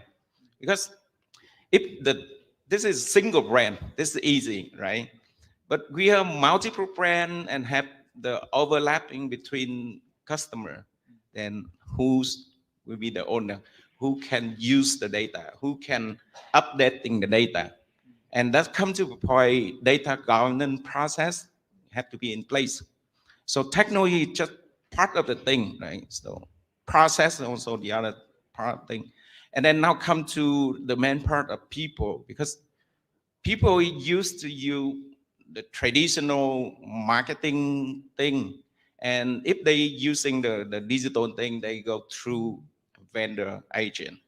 Now they have to catch up with the new technology, the new knowledge, new way to do their daily homework, right?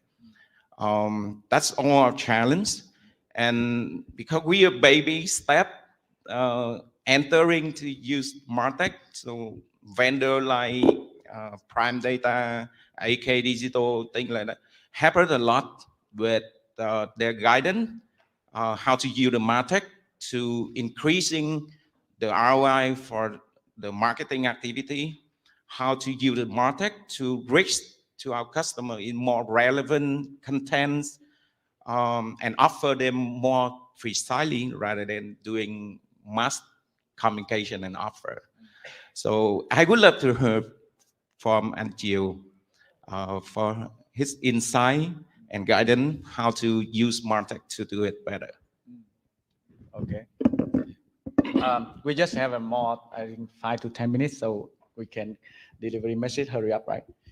Okay, Mr. Chair. Okay. Okay. So, before I share my experience, I think we need to make clear that this is a Martech event, but for marketers and business, right? So we should not talk too much about technology, right? And come back to marketing. I think you guys are expert in marketing, so let me be short. Marketing goal is to achieve the customer purchase by the end of the day and maintain the experience and the good image of the brand, right? So marketing, if in my humble, I can divide into about 4 or 5 life stage for the customer journey. The first thing you guys usually do is the brand communications, right? To build brand, you convince the customer this is a good brand for them. Second, you have acquisitions, right? So you try the best way to acquire customer or even the audience who never buy your product to any of your touch point, maybe online or offline, right? The third stage is conversion, so they purchase, and you also try to have them repeat the purchase, right? That's conversions and commercial sometimes. The fourth stage is to staying loyal, or sometimes they will be churn, which means they be going out of your channels. They forget about you. They become inactive customers. So the life of marketers in general or company in general is to deal with the fourth stage like that. And I believe that in many companies, you divide the team by that stage, right? Brand communications, things like that, and acquisitions and conversion. So let's come back to Martech. People talk a lot about Martech, so let me share a bit about the definition of Martech and why we invest in Martech, right? So according to Gartner's definitions, Gartner is the guy who believes the most because they are the global and they define a lot of terms and solutions. So Martech is a set of tools or softwares you use to achieve your mission critical objectives, which means you achieve something very critical to your marketing goals. It's not something normal. And build innovation in your marketing process. So that, and Martech usually come from all the stages of customer engagement, from content, from user experience in channels, like website, web content, until media, until advertising bidding, and until retentions, loyalty, right? Products, propositions. So that's all about Martech. And in your company, you usually have to know what is it and invest a stack of software like that with a Martech stack, right? So each industry and each company in that industry will have different Martech stack strategy for yourself. You are in retail industry, you refer to Martech stack for the retailer. But as your brand is the top brand or is a middleman or is a bottom brand, you have different investment roadmap for that. So that's the thing we need to know. Come back to the reality, how companies are dealing with Martech, for example, in Vietnam, because we work the most in Vietnam for now. We're going to go global, but for this time. So the lesson learned is, I think, 2 things. The first thing is why company need to buy Martech? That's the first question. The second question is the pain point when they do Martech, they deploy the Martech. So what is the problems? And if we don't solve these two problems, we will never have any innovations with Martech in your company. The first question is about why we have Martech. It's very big questions, but let me be not too techy, right? So the first thing is some expert already says we need to share, so executive level understand about the value of Martech, but it has to be very simple. So there's a funny word in our community of Martech experts. We say never make Martech so complicated, right? Because many people, when they look at Martech, they see stack and they see data, they see software, they see journey, so many terms that make people confused. And the C-level will be like, is it so complicated? So can we do it or not? So that's the first question. Don't make it too complicated. When we have clear visions, we can do one by one, step by step, and we can achieve that. The second thing is when my clients and the other partners and we work with, when they deploy Martech, the key problem they got that they cannot solve at the first time, and they make mistake because they cannot design the right role to manage the deployments, the adoptions of technology and Martech in general for the company. So that they create confusion in the organizations, and a team will not work together very well. Even they know that it's not working, but they don't raise their hand and they don't have the way to solve that. So even they have the money, money is not a problem for the company, I believe. The problem is they don't see the value yet, and they don't know how to deploy it to make it simple, right? So my advice is that when we talk about having some new innovations or Martech, firstly, don't think it's complicated, even too many terms, but don't say it in too many terms. Make it simple. It will help you do the good marketing and help you have the right conversion, the good conversion, the ROI at the end.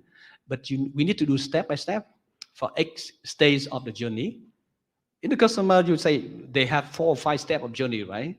They have conversion in web, at store, conversion in advertising. So each stage we need to optimize and step by step. So it will not be one big bang of return at the end. So this is my real life experience to share with you guys. Yeah, thank you, Anh Chiao. Because of time, we run out of time. So the last one is I give for overview is one key message, or one key like a takeaway lesson for everyone. I think all the company want to learn from you when apply the Martech to the marketing. So what is your message or something you want to share with the audience? Take a person, one word, one sentence, something like that. Yeah, from the Sweden and overview. Yep. I think my one message, if you can take home with you, is don't think of data or Martech for the sake of it. Think consumer first. Think about your business objectives. Translate to that, to your marketing objectives, and then to a technology objective, if at all. So I think I often find people getting obsessed with Martech and technology without really knowing what kind of data do you need, do you really need it, and how are you going to use it? And to just give an example, if suppose I want to talk to a mom who's in my category and ensure that she's using my brand, then I need to know exactly what data to collect, how am I going to engage with her, and ensuring that I'm able to then translate that data meaningfully into real business results. You know, unless you're doing that, I think data collection and Martech is extremely conceptual and complicated. So I think that will be the message that I'll leave with you guys. Yeah, very practical lesson, right? Mr. Ching, do you any message? Yeah, for me, it's more, again, data and insight. Because at the retailer, we have so many data. And then that's also our potential to know more about customer. And from know more about customer, we can offer them more precisely to improve in ROI, both in increase the top line, and also decreasing the spending on marketing, because rather than doing mass activity, now more precisely, more relevant to what customer need and really want. But using the data to understanding the customer also need to let the data speak their value and let the marketing team and the other team, the front team, to use more easy. That also where tech come in and help them. That reason why we have Martech here with a lot of tech stack tool that let their life more easier every day rather than doing the traditional way. Last but not least is for retailer, it's all about know the customer, understand what they need through the data we collect, and then providing them exactly what they want. Yeah, what they want in the right context, right channel, right? Mr. Chiao, the last. Yeah. So from my view, the very realistic and important lesson learned to implement successful Martech strategy and stack is, please don't talk too many experts. You can talk to understand, or even you can invite them to have seminar or training. But to go in any innovations, and Martech is one of that. Please go with one consultant patiently. I very buy in the conclusion from Ms. Nga from Central Group, right? Be patient and go with strategist consulting so you can implement it successfully, step by step. Yeah, because there's too many things to do, but try to find the best use case with the most effective and most important, then implement it, then do it, got motivation and go higher. Yeah, thank you a lot. Thank you. I think we learned a lot from the speaker, and I hope you enjoy seminar today. Thank you very much. Thank you, Sweta, Mr. Chiao, and Ching.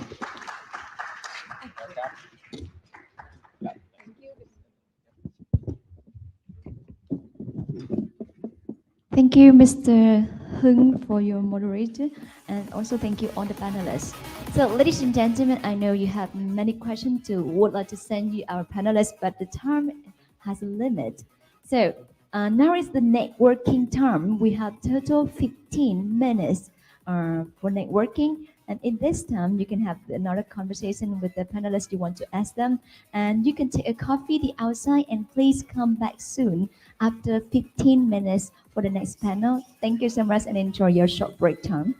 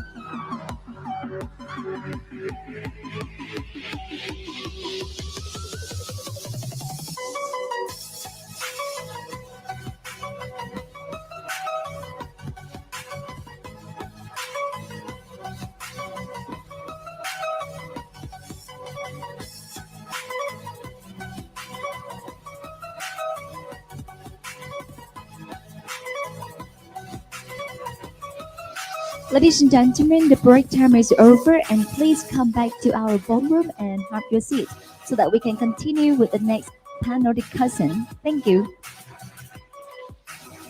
Kính thưa quý vị thân mến, thời gian người giải lao cũng như networking đã hết thì rất mong các anh chị chúng ta quay trở lại với khán phòng và ổn định vị trí để chuẩn bị với phần panel discussion tiếp theo. Xin được cảm ơn các anh chị.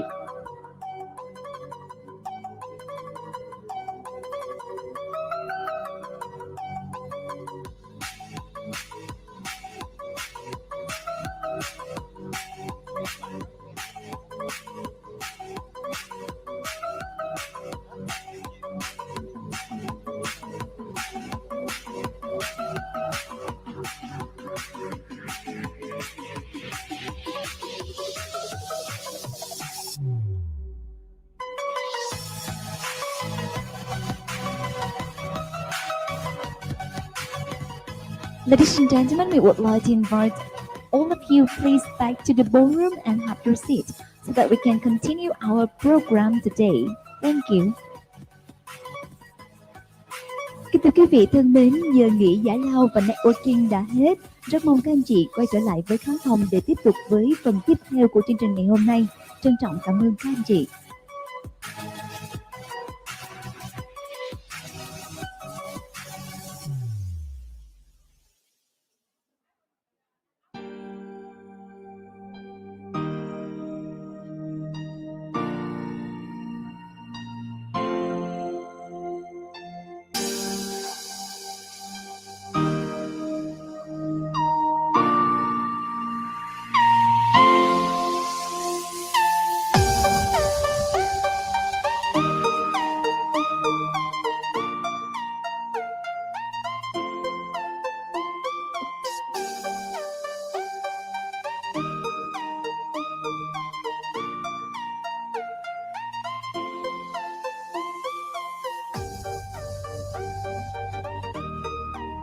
Ladies and gentlemen, the networking time is over and please back to the ballroom and take your seat so that we can continue our program today. Thank you.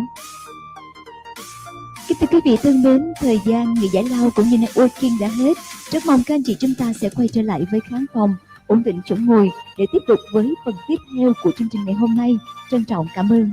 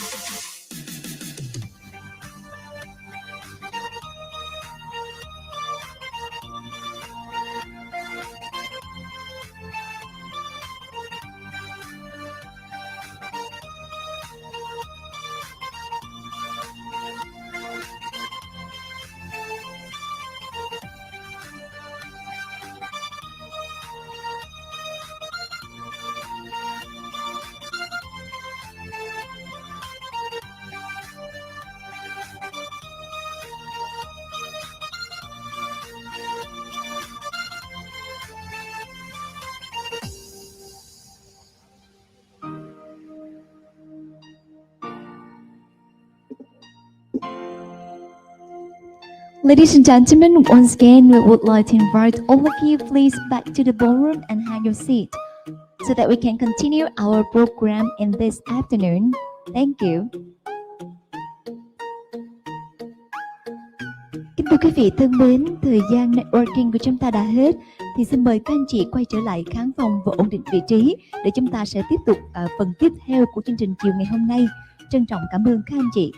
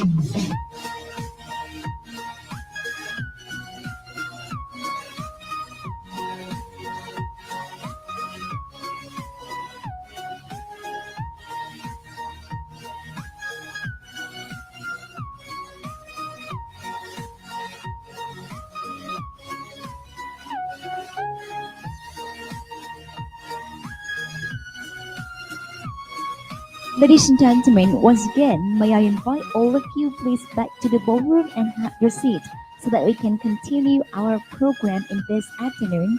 Thank you. Kính thưa quý vị thân mến, thời gian networking của chúng ta đã hết. Xin được mời các anh chị cùng quay trở lại khán phòng và ổn định vị trí để tiếp tục với chương trình tiếp theo của buổi chiều ngày hôm nay. Cảm ơn các anh chị.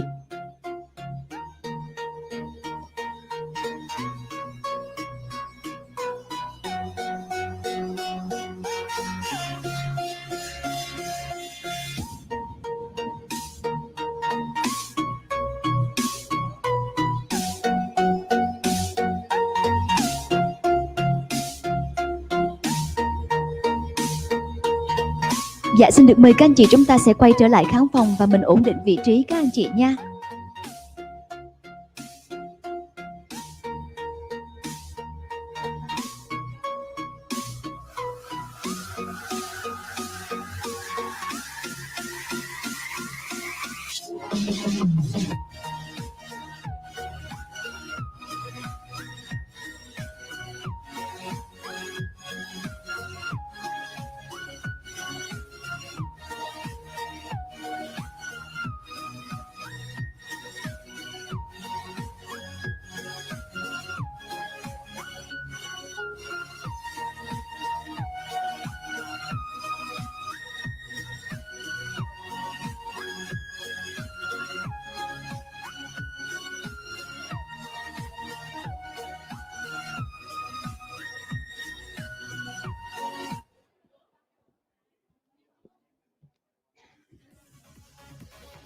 Hello everyone and welcome back to Martech Vietnam conference in this afternoon.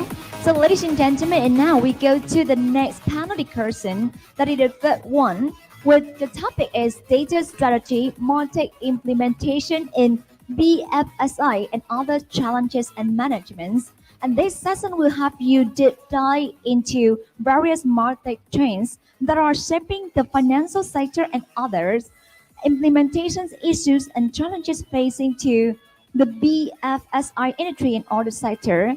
And please right now join me in welcoming on the stage the panelists, Mr. Kalidas Gus, CEO FE Credit, Mr. Jack Nguyen, Regional Managing Director of Southeast Asia Insider, Mr. Trần Việt Huân, CTO Sơn Kim Group, and the moderator, Mr. Châu Nguyen, Managing Director VietOn. And everybody, please give a big applause to welcome on the stage the panelists and the moderator.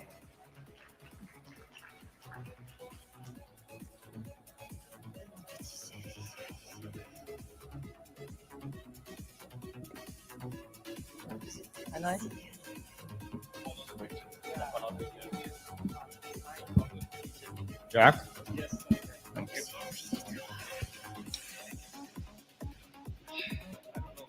Be confused, but we are supposed to be following the picture. Rearrange nicely. Good afternoon, everybody. Hope you had your coffee and is wide awake for this data discussion. You'll need the coffee.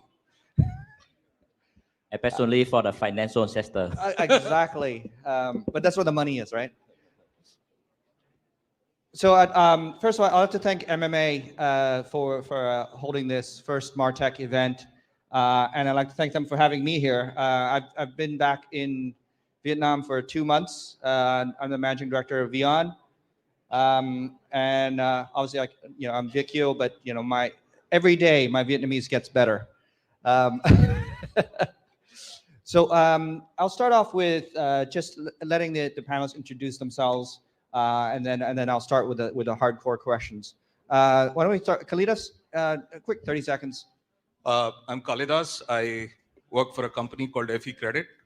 We are into consumer finance and now trying to transform ourselves into a digital bank called UBank. Jack? Okay. So hi guys, great to see a lot of good friends and faces. So my name is Jack. I'm currently heading operations for the whole Insider in Southeast Asia. And we are basically empowering local companies to harness the data better, to build a better customer journey. So across all the sector. So pleasure to be here. Huân? Yeah, I'm Huân. I'm a CTO of Sơn Kim Group for the real estate with the Sunkim Land and the retail with the Sunkim Retail.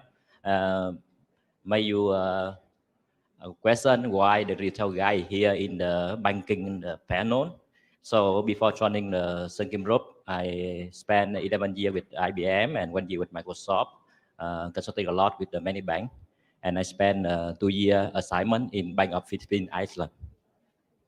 Cool, thank you. You may wonder why I'm here. I've been doing data for about 20 years or something. So that's, I've forgotten more things than I should. Great, we'll get right into it. So I'll start with the first question. This one, Kalidas, we'll start with Kalidas. Data, used to be back of house, right? It's particularly for finance and all this stuff. It's CRM, business analytics, all that, the finance, the numbers, revenue, all that kind of stuff used to be back of house. Why is it in the Martech space now? What's so important now? No, I think data started traveling to the front end for a very long time. I think we started talking about propensity models and cross-sell eligibility criteria and timing, contextual marketing, maybe 7, 8, 10 years back. But I think what has happened is dramatic improvement in technology, advancement in technology that made possible some of the dreams that we used to have in terms of customer management. And it was important for us to then move the data, or at least access to the data, to the front end to be able to guide the customer interaction with the help of that data. That's how I guess the journey of data from a purely back-end resource for reporting purpose started becoming actionable insight and started becoming a fuel for the front end to achieve their KPIs, to build their objectives. So I think that was the journey. I mean, Jack, you help companies reach in to the back of house, yeah? Yes, indeed, exactly like Kalidas say. So most of the companies already have their own data. This is nothing new, but due to COVID and many reasons, so there is a different difficulty in reaching the customers offline. So people having more demands, especially from the growth team and the sales team and the marketing team, they need to rely on something they can touch and they can see, which is the data, to drive their decisions in forming the productions, merchandising, and also optimizing marketing spend. So it's driven by the high KPI growth target, and the competition is the market. So clearly, like what he said. Yeah. So on retail and Martech, like banking. So let me say a little bit about banking first. So I think we were familiar with the concept of the single view of customer, the master data of the customer in the bank for a long time, right? But by that time, it focused on to understand the product the customer yield from the bank, the transactions, so owner from the data from the we call the system of record. Now I think the bank have in a competitive landscape, the bank not only need to understand about the product, the services that customers want to yield, but also want to understand about the experience that customers want to have with the bank. And also the bank not just to provide the financial services, but many banks you can see they want to provide the kind of the ecosystem, the lifestyle ecosystem, the marketplace, right? Where they need to understand the customer, not only from the transact with the bank through the internet banking or through the brand, but also wherever they yield and they touch any point, even they go to the brands, they still don't have any transaction with the bank, but we need to know whether they connect to the Wi-Fi, and we know information from there as well. And we have some app with a beacon, we understand the behavior. So I think that's why the more and more the bank form the structure data move to the experience behavior data for the better serve, understand the customer and serve them better. So following what you're saying, Kalidas, I mean, so do consumers want you to know them better? I'm sure consumers want to know them better, but they want to probably receive what they want. And in the process, if an institution is using data to serve its own objectives without having a eye for, without having a concern for what the customer really requires, then obviously it's going to lead to some degree of remorse, some degree of frustration on behalf of the customer. Like, for example, if it's a 55-year-old guy who doesn't need a discount ticket to discourse, most of them.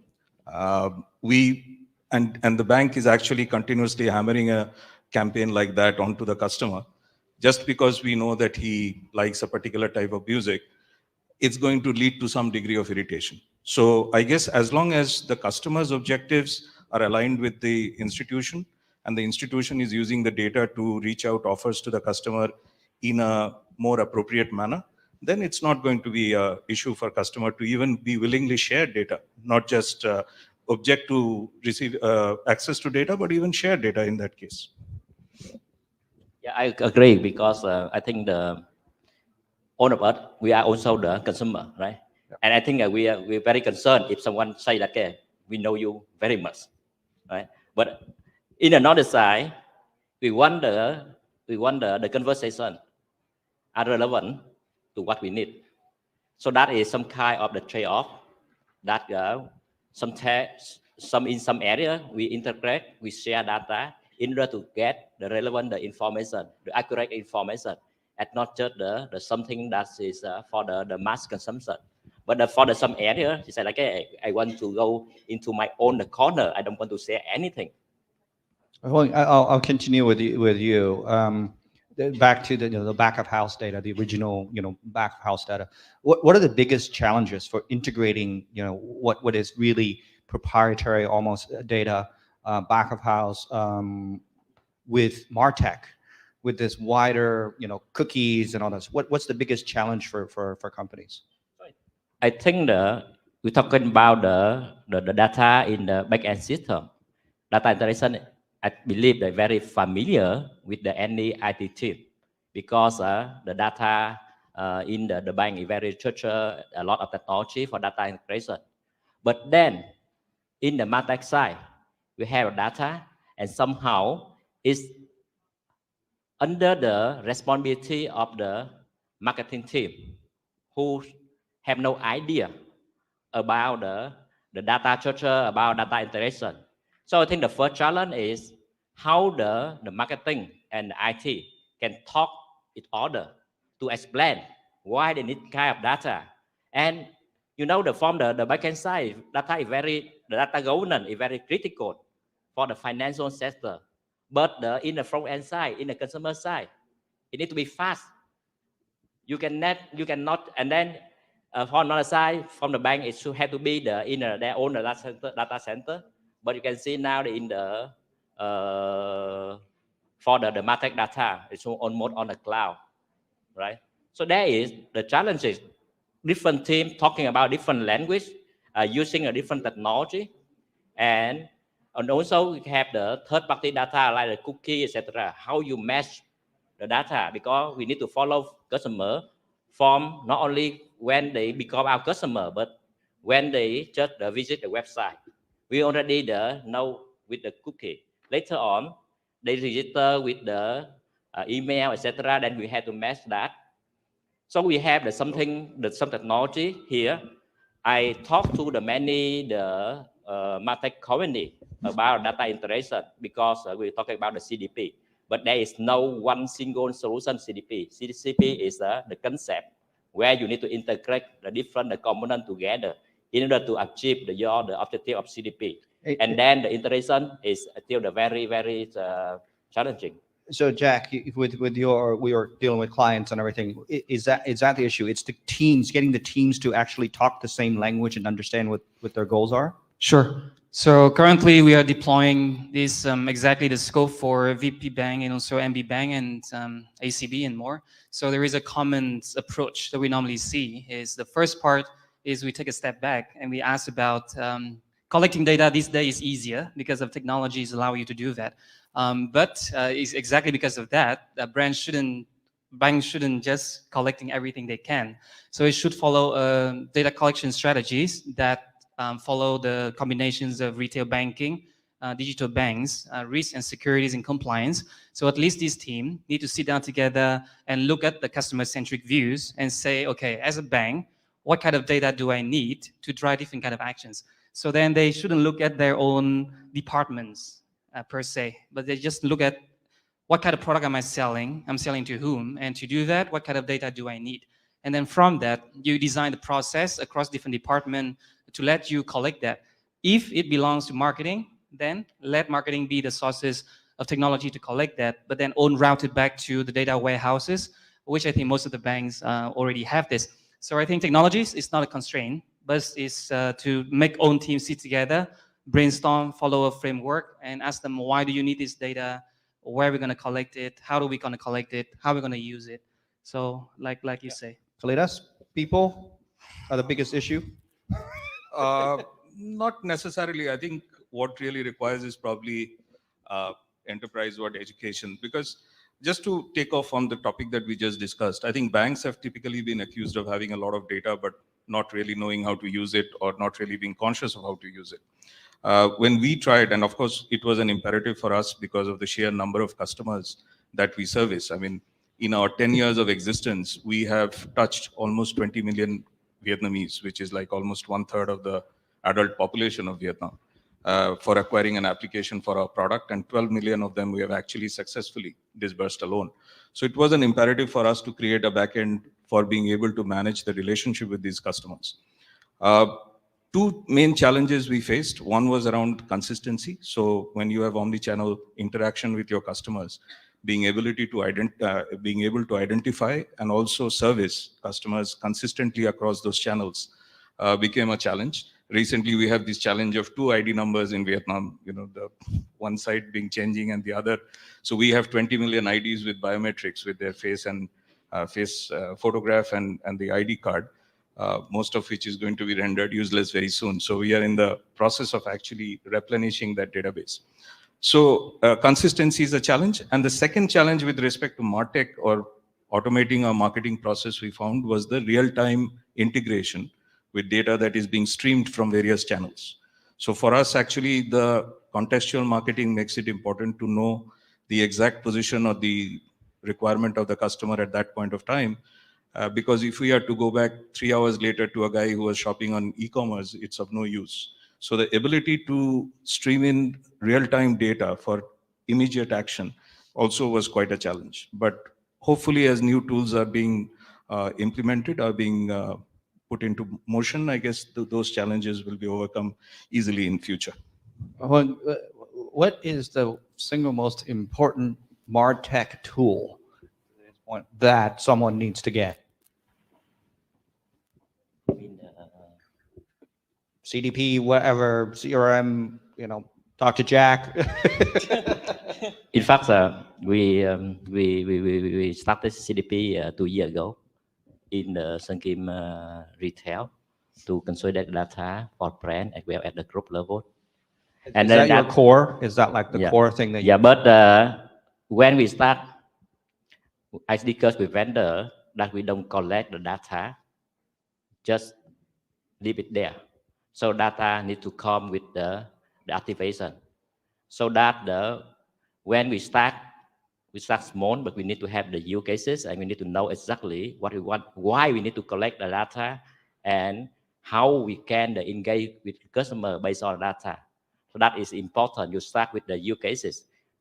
Don't care much about the technology, whether it's M or the DMP. Start with your use cases.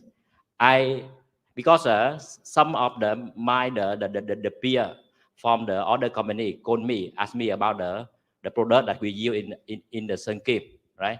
I say that, okay, I couldn't comment because let me know what use case they want to use, and then I will tell them whether the product is right fit for their use cases. So right now we have the CDP, we have the marketing automation in one tool, and we have for the web, we have the personalizer, right? So there are the multiple tools. But for example, we have e-commerce. So we need to grow the revenue. We need to increase the conversion rate from the visitor into the purchase order, where the personalization, the recommendation is very important. But for example, at the group level, we want to understand whether the customer from this brand can be another brand, can we do the cross-sell, etc. Then we focus on the CDP one. So I think that is depend on the business objective. So I don't think that is the single formula for everyone. Jack? So what you're gonna say. I would add in on a different angle is that there is a terms in technologies we call technical legacy, right? So let's say on day one, you, like Anh Huân say, because of your purpose, you choose A, B, and C, right, as a platform. And then after 2 and 3 years, like Mr. Kalidas say, your customers go to like 20 million bases and the real time become an issue. And then when you realize that, oh, A, B, and C as a combination doesn't work anymore. So now it's time to just kill A, B, and C and just buy another D. And then at the moment you realize that, oh, I cannot just kill it, because if you kill it, it's just gone with the wind. So the challenges is that a strong CIO is really important, so that you can see the technical map, not only in the current moment to support the sales or marketing or group level, but also where you want to be in 3 years, assuming So you, the chief I information don't officer. agree with that, because long time ago, when the bank implement data warehouse, we have to spend at least 1-2 years to select the warehouse technology, etc. Because we have to buy the technology, we have to install that technology, and we make sure that we select the right product for the 5 to 10 years. Nowadays, who can tell me how you can do that? But now with the software service, right? You can start using it. If it's not suitable, yes, I can replace it after 2 years. I don't have any legacy. I'm going to throw this one at Kalidas, right? So Vietnam, we build everything. We want to build everything. So in-house or outsource or SaaS. What are your thoughts? Depends on the scale of your organization and the speed to market you want to achieve. Within our organization, on the larger side of our business, which is into lending 10 years old, we have done in-house because of 2 reasons. Obviously, for the value of the data that we have and the importance of actually getting it right and keeping it inside our organization as an IPR. So it was important. But on the new digital bank, which we launched a couple months back, it was important for us to do the speed to market and test a few concepts. And in that case, it's very difficult for us to build such a platform in such a short time, or even take the decision to do the capex without knowing what's it going to yield 3-5 years down the road. So in that case, maybe a buy instead of make is probably the right decision. So I guess it depends on the situation, and one has to be confident in making the investment. Otherwise, the organizational remorse is too high, and it leads to a downward spiral of failure by itself. Organization remorse. I like that. He just slipped that one in there. It's coming from an experienced man, so you have to. Do you have any remorses, Huang? I'm going to switch gears a little bit. All right, for Martech, right? Marketing technology. How important is for the organization an in-depth understanding of digital marketing, understanding and practice of digital marketing to being able to harness the Martech? I'll start with Huang, and I'll come to you, Kalidas. How important is digital advertising, understanding and practice of digital advertising to be able to utilize Martech? We have the e-commerce for the Vera and Jockey. It's about the 30% of our brand revenue, and without the digital marketing, we cannot get that the 30% of revenue. So I think that is the critical for us. Another side, I think we need to, in terms of the brand loyalty, nowadays there is not the lifetime loyalty anymore. We need to continue to remind customer who we are, what are our product, what is new product, etc. Right? So I think that digital marketing is very important to engage with customer anytime, anywhere, and can help to grow our revenue as well as to improve the customer experience. Of course, we need to have the right tool. We need to be more and more intelligent in terms of the engaging with the customer. Otherwise, for example, we have multiple brand and attention in the previous panel mentioned about that as well. They can receive the message, the communication from the multiple brand at the same time. Yeah, I mean, you're talking that, right? I was talking about digital advertising. Actually, you were talking about contextual before, all the stuff like understanding how to do SEO, SEM, video ads, all that kind of stuff. Different platforms, Google. How important is that? Well, I think the two parts to it. One is the technology part, the technical side of digital advertising, which is obviously important, I guess, the marketing automation, etc. But the content and communication and customer insight, I guess, is equally important. Like, for example, like our organization, you are dealing with such a large volume of customers. Unless we are to do the segmentation of those customers and figure out, what content is to be appropriately applied for which segment, I guess that part of advertising, customer insight, the creative content is as important as the technical part of it. And the technical part, I guess some of the tools are solving some of the problems, whether it's, media allocation or, the timing of the offer, etc. But the creative content to me is equally important. I want to switch gears a little bit. We only have a little bit of time left. Privacy, right? It's not very rigorous here at the moment in Vietnam. I just came from Singapore. Thankfully. Yeah, where we're patterning our stuff up after CCPA and GDPR and all that kind of stuff. So what effect? I'll start with Jack. What effect will privacy compliance have on business in general, and in trying to do this Martech stack and automation? I mean, as a benefit of being a global tech companies, we got to be fully compliant to GDPR. So this is what we have to do. But the fun thing is, like what Kalidas say, is that the moral and the risk tolerance level of Vietnamese business when it comes to, shall I use second-party data? Shall I buy data outside to use it, even though it's not my own data? And then at the end of the day, business profit and revenue still go first from my point of view.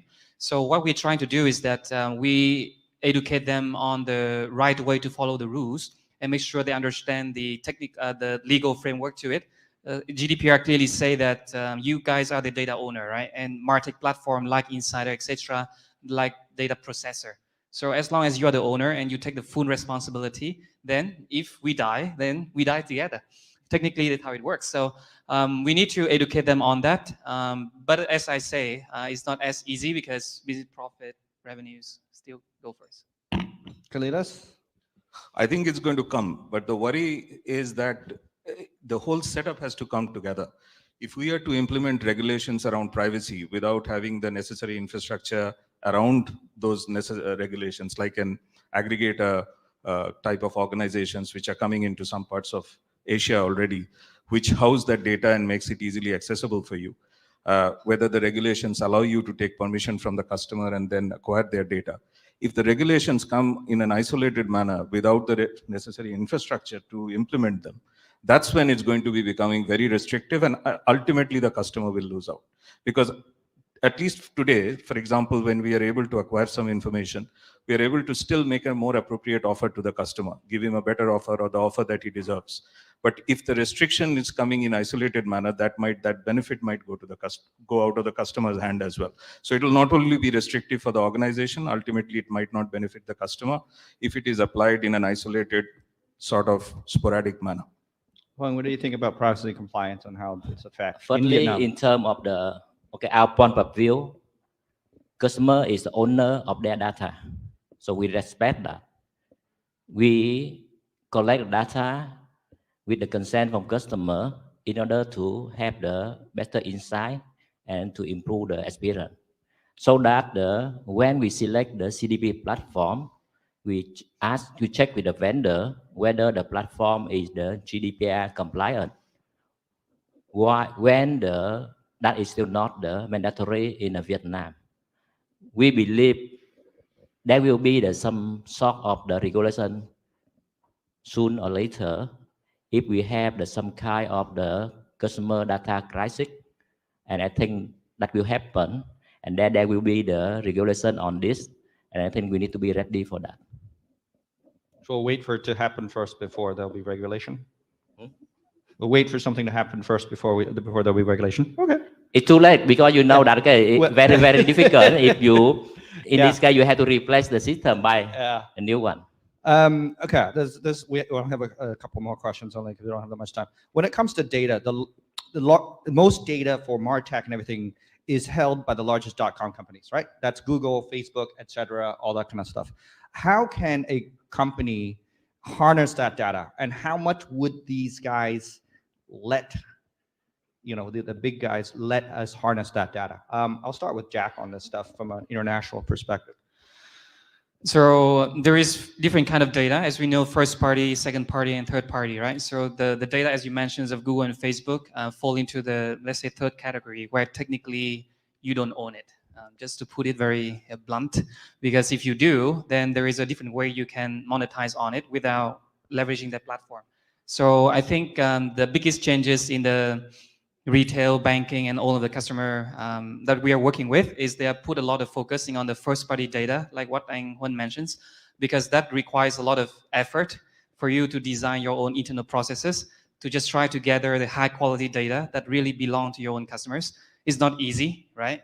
But it's a thing that to reduce the dependency, to avoid the things that one day is gonna question happen. So to harness, I think it's hard. You should leverage those platforms, route your traffic into the platform that you can make your own first-party data. It's happening. So it's happening the same for Shopee and Tiki and all the marketplace as well. So, Kalidas, what are your thoughts? I think it's going to be very difficult to access big platform data from the big platforms unless you have customer consent. So the only way to do would be to get customer consent or get it from even from both device and platform without consent. It's going to be difficult, but you can always have partnerships on which you are looking at a synergistic offer to the customer by tying up with, let's say, if we are to tie up with a retail payment platform and offer credit on top of it, then those type of partnerships are possible. But big platforms cooperating with a big or even a small financial institution sharing data unlikely to happen. Juan, do you think we can get some of that data? Yeah, I agree. We couldn't leverage any the data from the big tech, and we can only use them as a service. So we need to leverage the services to attract the potential customer to the outer touch point, whether the offline or whether the online website, etc. And then from there, because that is where the customer is already in our third point of control, then we can start to get the more insight from the customer, and it becomes our first party data. So just to summarize, we're going to throw the money out there. Yep. 70% of digital ad budget goes That's that way. You have to pay, and then you got to figure out, okay, what can you use and how you can enrich your own stuff based on the trickle or whatever it is that you get. Yeah. we even initiate this as a KPI for the CEO, right? So what is the data points per user profile you can collect it, and you take your marketing spend, you divide by that, it become like $1 per data points you can actually get in. So the more data points you get per dollar ad spend, the better. I hope you don't meet my board ever. So, okay, all this kind I've got two ideas. One question that was a very quick one. I think she's hovering. Okay, isn't a CDP? And when this word came out a couple of years ago, I'm like, what? Yet another term. Isn't a CDP just a CRM on steroids? Oh, it's not just the CDP and the CRM, it's also the MDM, the DMP, many terms. But for me, we're talking about the purpose, not talking about the terminology. For the CRM, it focuses on how to manage, how to improve the customer relationship. So mainly you can see normally the CRM project, we're talking about the sales, the customer services, the marketing team, who face-to-face engage with the customer. For the customer data platform, from its name, it focuses on the customer data. Well, that's what I'm saying. The in customer order to data understand platform, customer relation, the inside of customer. Yeah, it sounds to me the same, Jack. No. It sounds to be very similar. CRM is also data, but also process. I think your question will be harder. You say CRM versus data warehouses versus CDP. Now that's become tougher. So I think there is some different level of adoption. So in the first step, if dominantly majority of the data that you have at this moment of time is known user data and your customer data, like you say, CDP, almost like a CRM. So the second phase is to enrich that with an additional data that the CRM doesn't have. Then it become like a little bit like a better data warehouses. And then level 3, you start putting in different teams to start looking at from the customer views, and then the CDP layers start coming in, whereas it can reduce the time for you to assess the view of the customers. So I think to get to the real CDPs, you need to go through 2 or 3 levels of innovations at least, but definitely not the same. So Kalidas? Well, for us, actually, we refer to CRM. We look at CRM in 2 different ways. So there's the analytical part of CRM and there's the operational part of CRM. The analytical part typically consists of a data mart and customer models on top of it for activating decisions, whereas the operational side is the workflow and the rule engine, which helps you to execute a campaign or a CRM action. So if you were to look at CDP, it probably is a data mart on steroids, but not the whole CRM on steroids, because CRM has separate components which the CDP cannot replace. But the CDP is definitely a more evolved version of the old style standard data mart we used to input in a campaign by just picking up data relevant for that campaign. Now, probably that has evolved into a standard repository of information that you can periodically access for running your campaign. So it is on steroids, but not CRM, the data mart. Cool. Great. Thank you very much. Now, I have one last question, which is for everyone. Now, back to Jack earlier mentioned first-party data, second-party data, third-party data, and all these thoughts about, these terms that get thrown out there. So I want to raise hands if you've heard of the term zero-party data.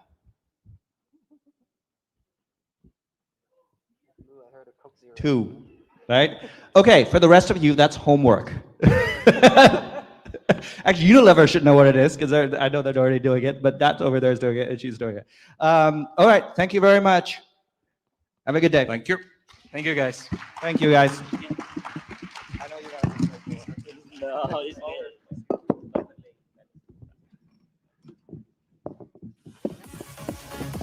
Thank you so much, moderator, Mr. Choi Nguyen, all the panelists. Ladies and gentlemen, and now we go to the last panel discussion today, personalized consumer experience in age of privacy. The session delves into personalization in terms of data privacy and what should a brand to do overcome barriers to enable personalized real-time experiences. In order to unveil this topic, please welcome the moderator, Mr. Nguyễn Hà Đức Minh, CEO AK Digital, Chairman Lara Digital Group, and the panelists, Mrs. Nguyễn Thị Thu Hằng, Marketing Director, Unilever Vietnam, Mr. Trần Nguyễn Phi Long, Head of Retail Marketing B&J, and Mrs. Trần Bảo Châu, Chief Marketing Officer, Ostrock Group, and please join me in welcome them on stage.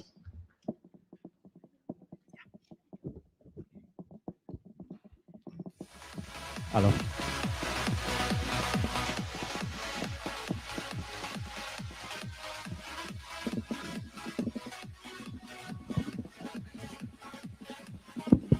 Okay, thank you. Chắc là mình để mà giải tỏa một chút cho nó thoải mái, chắc mình xin phép nói bằng tiếng Việt, không biết là mấy bác nước ngoài về hết chưa. Nói tiếng Việt thứ nhất là nghe xong rồi phải chuyển sang chia động từ hơi khó, cho nên là I'm sorry for anyone here who still cannot listen to Vietnamese, but I'm really sorry. But the panel will speak in Vietnamese, but we do use some term in Martech, in English, so sorry for this one. Okay, thank you. Chủ đề ngày hôm nay của mình là nói về cái personalized customer experience in the data privacy time, right? So in the panel, I have I myself in here, I think from Lava Digital, and then I have Joe from Osdo, I have Long from P&J, and Hang from Unilever. So hopefully we talk about very new topic, customer experience. Okay, so we talk about the digital transformation, and one of the very important approach, yeah. Just a brief only. Okay, so very important is that the customer experience, right? So today we try to ask all the experts from here how they going to do. They have done that in Vietnam. Rồi thì trải nghiệm khách hàng thì phải liên quan tới cá nhân hóa, đúng không? Thì như vậy hiện nay là các anh chị ở đây là chuyên gia ở những cái doanh nghiệp mà tiên phong trong cái lĩnh vực làm về trải nghiệm khách hàng. Thì như vậy cái vấn đề mà trải nghiệm khách hàng và đặc biệt cái vấn đề cá nhân hóa đấy thì ở bên chỗ Unilever mình là FMCG mình làm như thế nào? Hằng xin được chào tất cả các anh chị và các bạn ở đây. Thì cùng với panel ngày hôm nay, Hằng hy vọng là mình cũng có một cái buổi trao đổi mang lại một chút cái sự kết nối với nhau ha, cho những người trong ngành. Chúng ta là những người trong ngành cùng với nhau. Thì cái personal leadership experience là Hằng nghĩ đó là một trong những cái cách tiếp cận người tiêu dùng mang tính chiến lược cho bất cứ cái công ty nào mà để mà mang đến một cái sự phục vụ, một cái trải nghiệm cho người tiêu dùng tốt nhất có thể. Thì là một cái công ty mà đang là number one FMCG ở Việt Nam, thì Unilever luôn pioneering, nó luôn tiên phong trong cái việc là làm sao để mang lại được một cái trải nghiệm cá nhân hóa tốt nhất có thể cho người tiêu dùng, mang lại những cái lợi ích và cuối cùng là những kết nối thực sự là có ý nghĩa cho người tiêu dùng, chứ không chỉ đơn thuần là quảng cáo, và trên tất cả là để phục vụ người tiêu dùng một cách tốt nhất có thể. Làm cho họ thấy đó là một cái thời gian mà spend với cái brand là một cái thời gian thật là đáng giá, chứ không phải chỉ là một cái forcing về quảng cáo hay là thông điệp của nhãn hàng, mà là một sự kết nối thực sự, mang lại một cái lợi ích thực sự có ý nghĩa lâu dài với người ta. Đó là cái tâm niệm của Unilever, và luôn luôn là mong muốn tiên phong và luôn luôn là đi đầu và kết hợp với các đối tác của mình để mà thực hiện điều đó một cách tốt nhất. Còn ở P&J thì mình làm CX vào cái vấn đề cá nhân hóa như thế nào, và tại sao gần đây các doanh nghiệp mình làm cái vấn đề này một cách rất là quyết liệt, và đặc biệt trong những ngành dịch vụ và online. Dạ rồi, cảm ơn anh Minh. Xin chào tất cả mọi người. Chắc là cho Long giới thiệu chút xíu ha. Mình là Trần Nguyễn Phi Long ha, đang là người vừa làm vừa học marketing ở câu chuyện trong ngành bán lẻ. Thì Long cũng trải qua nhiều câu chuyện của ngành hàng, của thương mại điện tử, từ lúc nhóm mua và Lazada, và sau đó phát triển đến câu chuyện ngành bán lẻ của Central Group, của Pharmacity, và hiện tại thì bán vàng và kim cương P&J. Thì ở P&J thì Long phụ trách mảng retail marketing, customer experience và customer service. Thì một trong những, tức là ở với P&J thì là trải nghiệm khách hàng một keyword rất là quan trọng, mà có 3 lý do mà tại sao mà P&J lại rất là quan trọng chuyện đó. Thứ nhất là câu chuyện là phân khúc khách hàng của P&J nằm ở phân khúc khách hàng trung, cận cao và cao. Cho nên là đối với những nhóm khách hàng này thì các cái nhu cầu mua trang sức đối với họ nằm ở bậc 4 vượt 5, tháp nhu cầu Maslow, là nhu cầu tôn trọng tự thể hiện bản thân mình. Như vậy thì đối với những người này họ cần những trải nghiệm wow, những trải nghiệm hơn những người bình thường. Thì đó là lý do đầu tiên. Lý do thứ hai, P&J luôn tâm niệm rằng là chúng tôi không thuần bán cái giá trị lý tính của trang sức, mà chúng tôi bán giá trị về cảm tính. Chúng tôi bán những bộ sưu tập, bán những câu chuyện, bán những cái sự đánh dấu những mối quan hệ, bán sự tôn trọng vẻ đẹp của người phụ nữ Việt. Cho nên là cái trải nghiệm khách hàng nó là một cấu thành trong bức tranh tổng thể của doanh nghiệp. Và lý do cuối cùng là vấn đề về triết lý kinh doanh của công ty là triết lý phát triển bền vững. Cho nên trải nghiệm khách hàng là một thứ nó giúp cho câu chuyện kinh doanh lâu dài, cho câu chuyện của tương lai, cho câu chuyện của 5 năm, 10 năm nữa. Cho nên đó là một cái thành phần không thể thiếu. Trong đó là một lý do tại sao P&J rất là quan trọng. Ok, còn nếu như bên outdoor mình một cái ngành rất là đặc thù, Minh cũng đã từng từ trong cái ngành nó gọi là semi consumer product, thì outdoor mình làm CX như thế nào? Trước khi trả lời câu hỏi của anh Minh thì em xin giới thiệu, em là Châu, là giám đốc marketing của tập đoàn Outdoor, một tập đoàn về cửa và nguyên vật liệu xây dựng. Thì đến với cả hội thảo ngày hôm nay, các anh chị ở rất là nhiều ngành nghề khác nhau, nhưng nói đến ngành vật liệu xây dựng thì chắc là nó rất là khô khan và nó khá là xa lạ với các anh chị. Thì em xin kể chuyện vậy. Có một cái câu chuyện là có một nghệ sĩ violin nổi tiếng thế giới tên là Joshua Bell, và anh ấy đã cầm một cái cây violin của anh ấy trị giá 3,5 triệu đô, đứng ở một cái nhà ga của New York và đánh liên tiếp 6 bản nhạc trong 45 phút, là 6 cái bản nhạc thính phòng và vô cùng là phức tạp. Có 1.000 người đi qua, trong đấy chỉ có 20 người thả tiền vào trong cái túi của anh ấy ở trước đấy. Tổng cái tiền anh ấy thu được là 32 đô và chỉ có một người đứng vỗ tay thôi. Và trước đó 2 ngày thì anh ấy có tổ chức một cái đêm hòa nhạc ở Boston với giá vé là 100 đô và cháy vé trước đấy 2 tháng. Vậy thì đầu tiên chúng ta nói đến trải nghiệm khách hàng ấy, thì chúng ta phải hiểu khách hàng của chúng ta là ai cái đã. đúng không ạ? Một nghệ sĩ violin vô cùng nổi tiếng với giá vé 100 đô cho một khách hàng, cho một khách mời vào một dạp hát. Nhưng mà khi mà anh ấy đứng đánh violin ở sân ga tàu lửa ấy, thì anh ấy chỉ thu được có 32 đô cho 1.000 khách đi qua. Thế nếu như mà trong những cái ngành đặc thù như là của outdoor về vật liệu xây dựng, nếu như chúng ta giải khắp cả 90 triệu khách hàng, ai cũng có nhu cầu mua nhà, ai cũng có nhu cầu sửa cửa sửa nhà, nhưng cái nhu cầu đấy nó không real time, một năm một đời người có khi chỉ có 2-3 lần như thế thôi. Thế thì nếu như mà outdoor bỏ cái tiền ra để làm trải nghiệm khách hàng cho mass, cho cái số đông như thế thì cái đấy có phải là lãng phí không ạ? Rất là lãng phí. Thế vậy việc đầu tiên mà outdoor làm trải nghiệm khách hàng tức là chúng tôi xác định ai là cái đối tượng khách của chúng tôi, ai là cái người mà sẵn sàng bỏ ra 100 đô để cho chúng tôi trình chiếu cái bản nhạc của chúng tôi. Còn ai là 1.000 người đi qua và không nỡ đặt 1 đô xuống đấy, chỉ có 32 đô cho 20 người đi ngang qua thôi. Vậy thì cái việc đầu tiên trong cái câu chuyện vừa kể ấy, thì đấy chính là một trong những cái cách làm về CX của outdoor. Chúng tôi không tìm ai là khách hàng của chúng tôi, mà chúng tôi lọc ra ai không phải là khách hàng của chúng tôi trước đã. Đấy ạ, thì đấy chính là một cái chút chia sẻ với cả hội trường ạ. Ok, như vậy tức là ở đây là 3 cái doanh nghiệp của mình đến từ 3 cái industry, 3 cái ngành khác nhau, nhưng mà tụ trung lại là CX được xem là quan trọng. Thì như vậy ở P&J CX mình tổ chức cái team mình như thế nào, và cái team mình thường làm những cái hoạt động nào về CX để personalize được những cái trải nghiệm đấy? Rồi, câu hỏi rất là chi tiết ha, nó nói về câu chuyện chữ how. Ok, câu chuyện là câu chuyện CX của P&J là một cái, đương nhiên chắc cái này có share mọi người, câu chuyện đó là một thứ rất là quan trọng. Như câu chuyện này thì lúc đó team cũng phải tổ chức bằng 2 câu chuyện, tức là mình xác định luôn câu chuyện là có những thứ liên quan câu chuyện về mặt trải nghiệm khách hàng là chúng ta sẽ phải giữ. Như vậy chúng ta sẽ có một team mà giống như maintenance câu chuyện về tất cả những cái trải nghiệm khách hàng. Và cái team thứ hai đi lo về câu chuyện về mặt development, có những cái initiative, có những innovation gì đó, câu chuyện đó để mà chúng ta cứ làm, chúng ta thử. Và một cái culture liên quan câu chuyện và test and learn, có nghĩa là chúng ta sẽ có những cái liên quan đó 50-70% chúng ta sẽ cho một cái team lo câu chuyện mình giữ tất cả những cái trải nghiệm liên hoàn nó đúng một cái chuẩn tất cả những cái của công ty.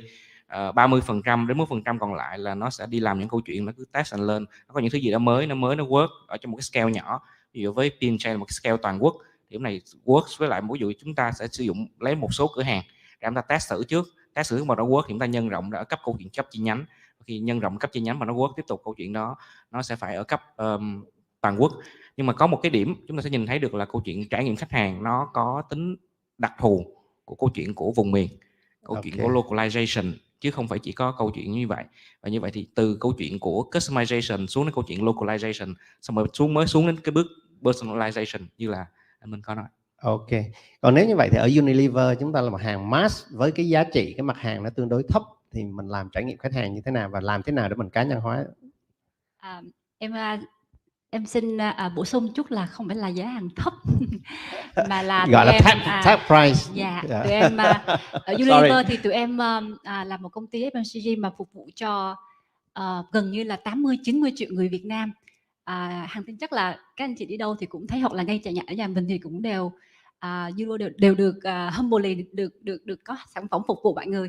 Cho nên là tụi em là phục vụ cho rất nhiều triệu người như thế. Cho nên là personalization của Unilever là làm sao làm được ở mass scale nhưng mà phải rất mang tính là cá nhân hóa. Và mọi người muốn nghe cái bí quyết đấy.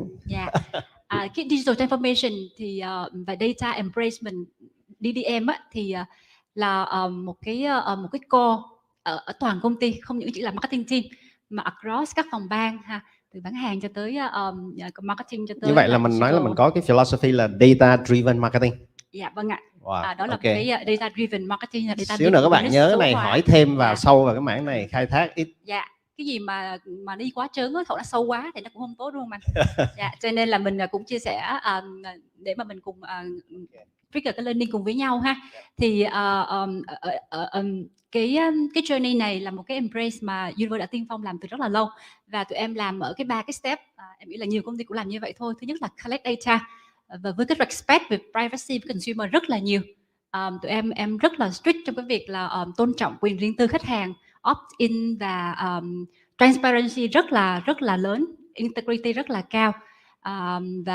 Và thứ hai là tụi em sẽ luôn luôn tâm niệm là mình dùng data collect với trách nhiệm và dùng đúng objective chứ không dùng đại trà hay là dùng ẩu thả.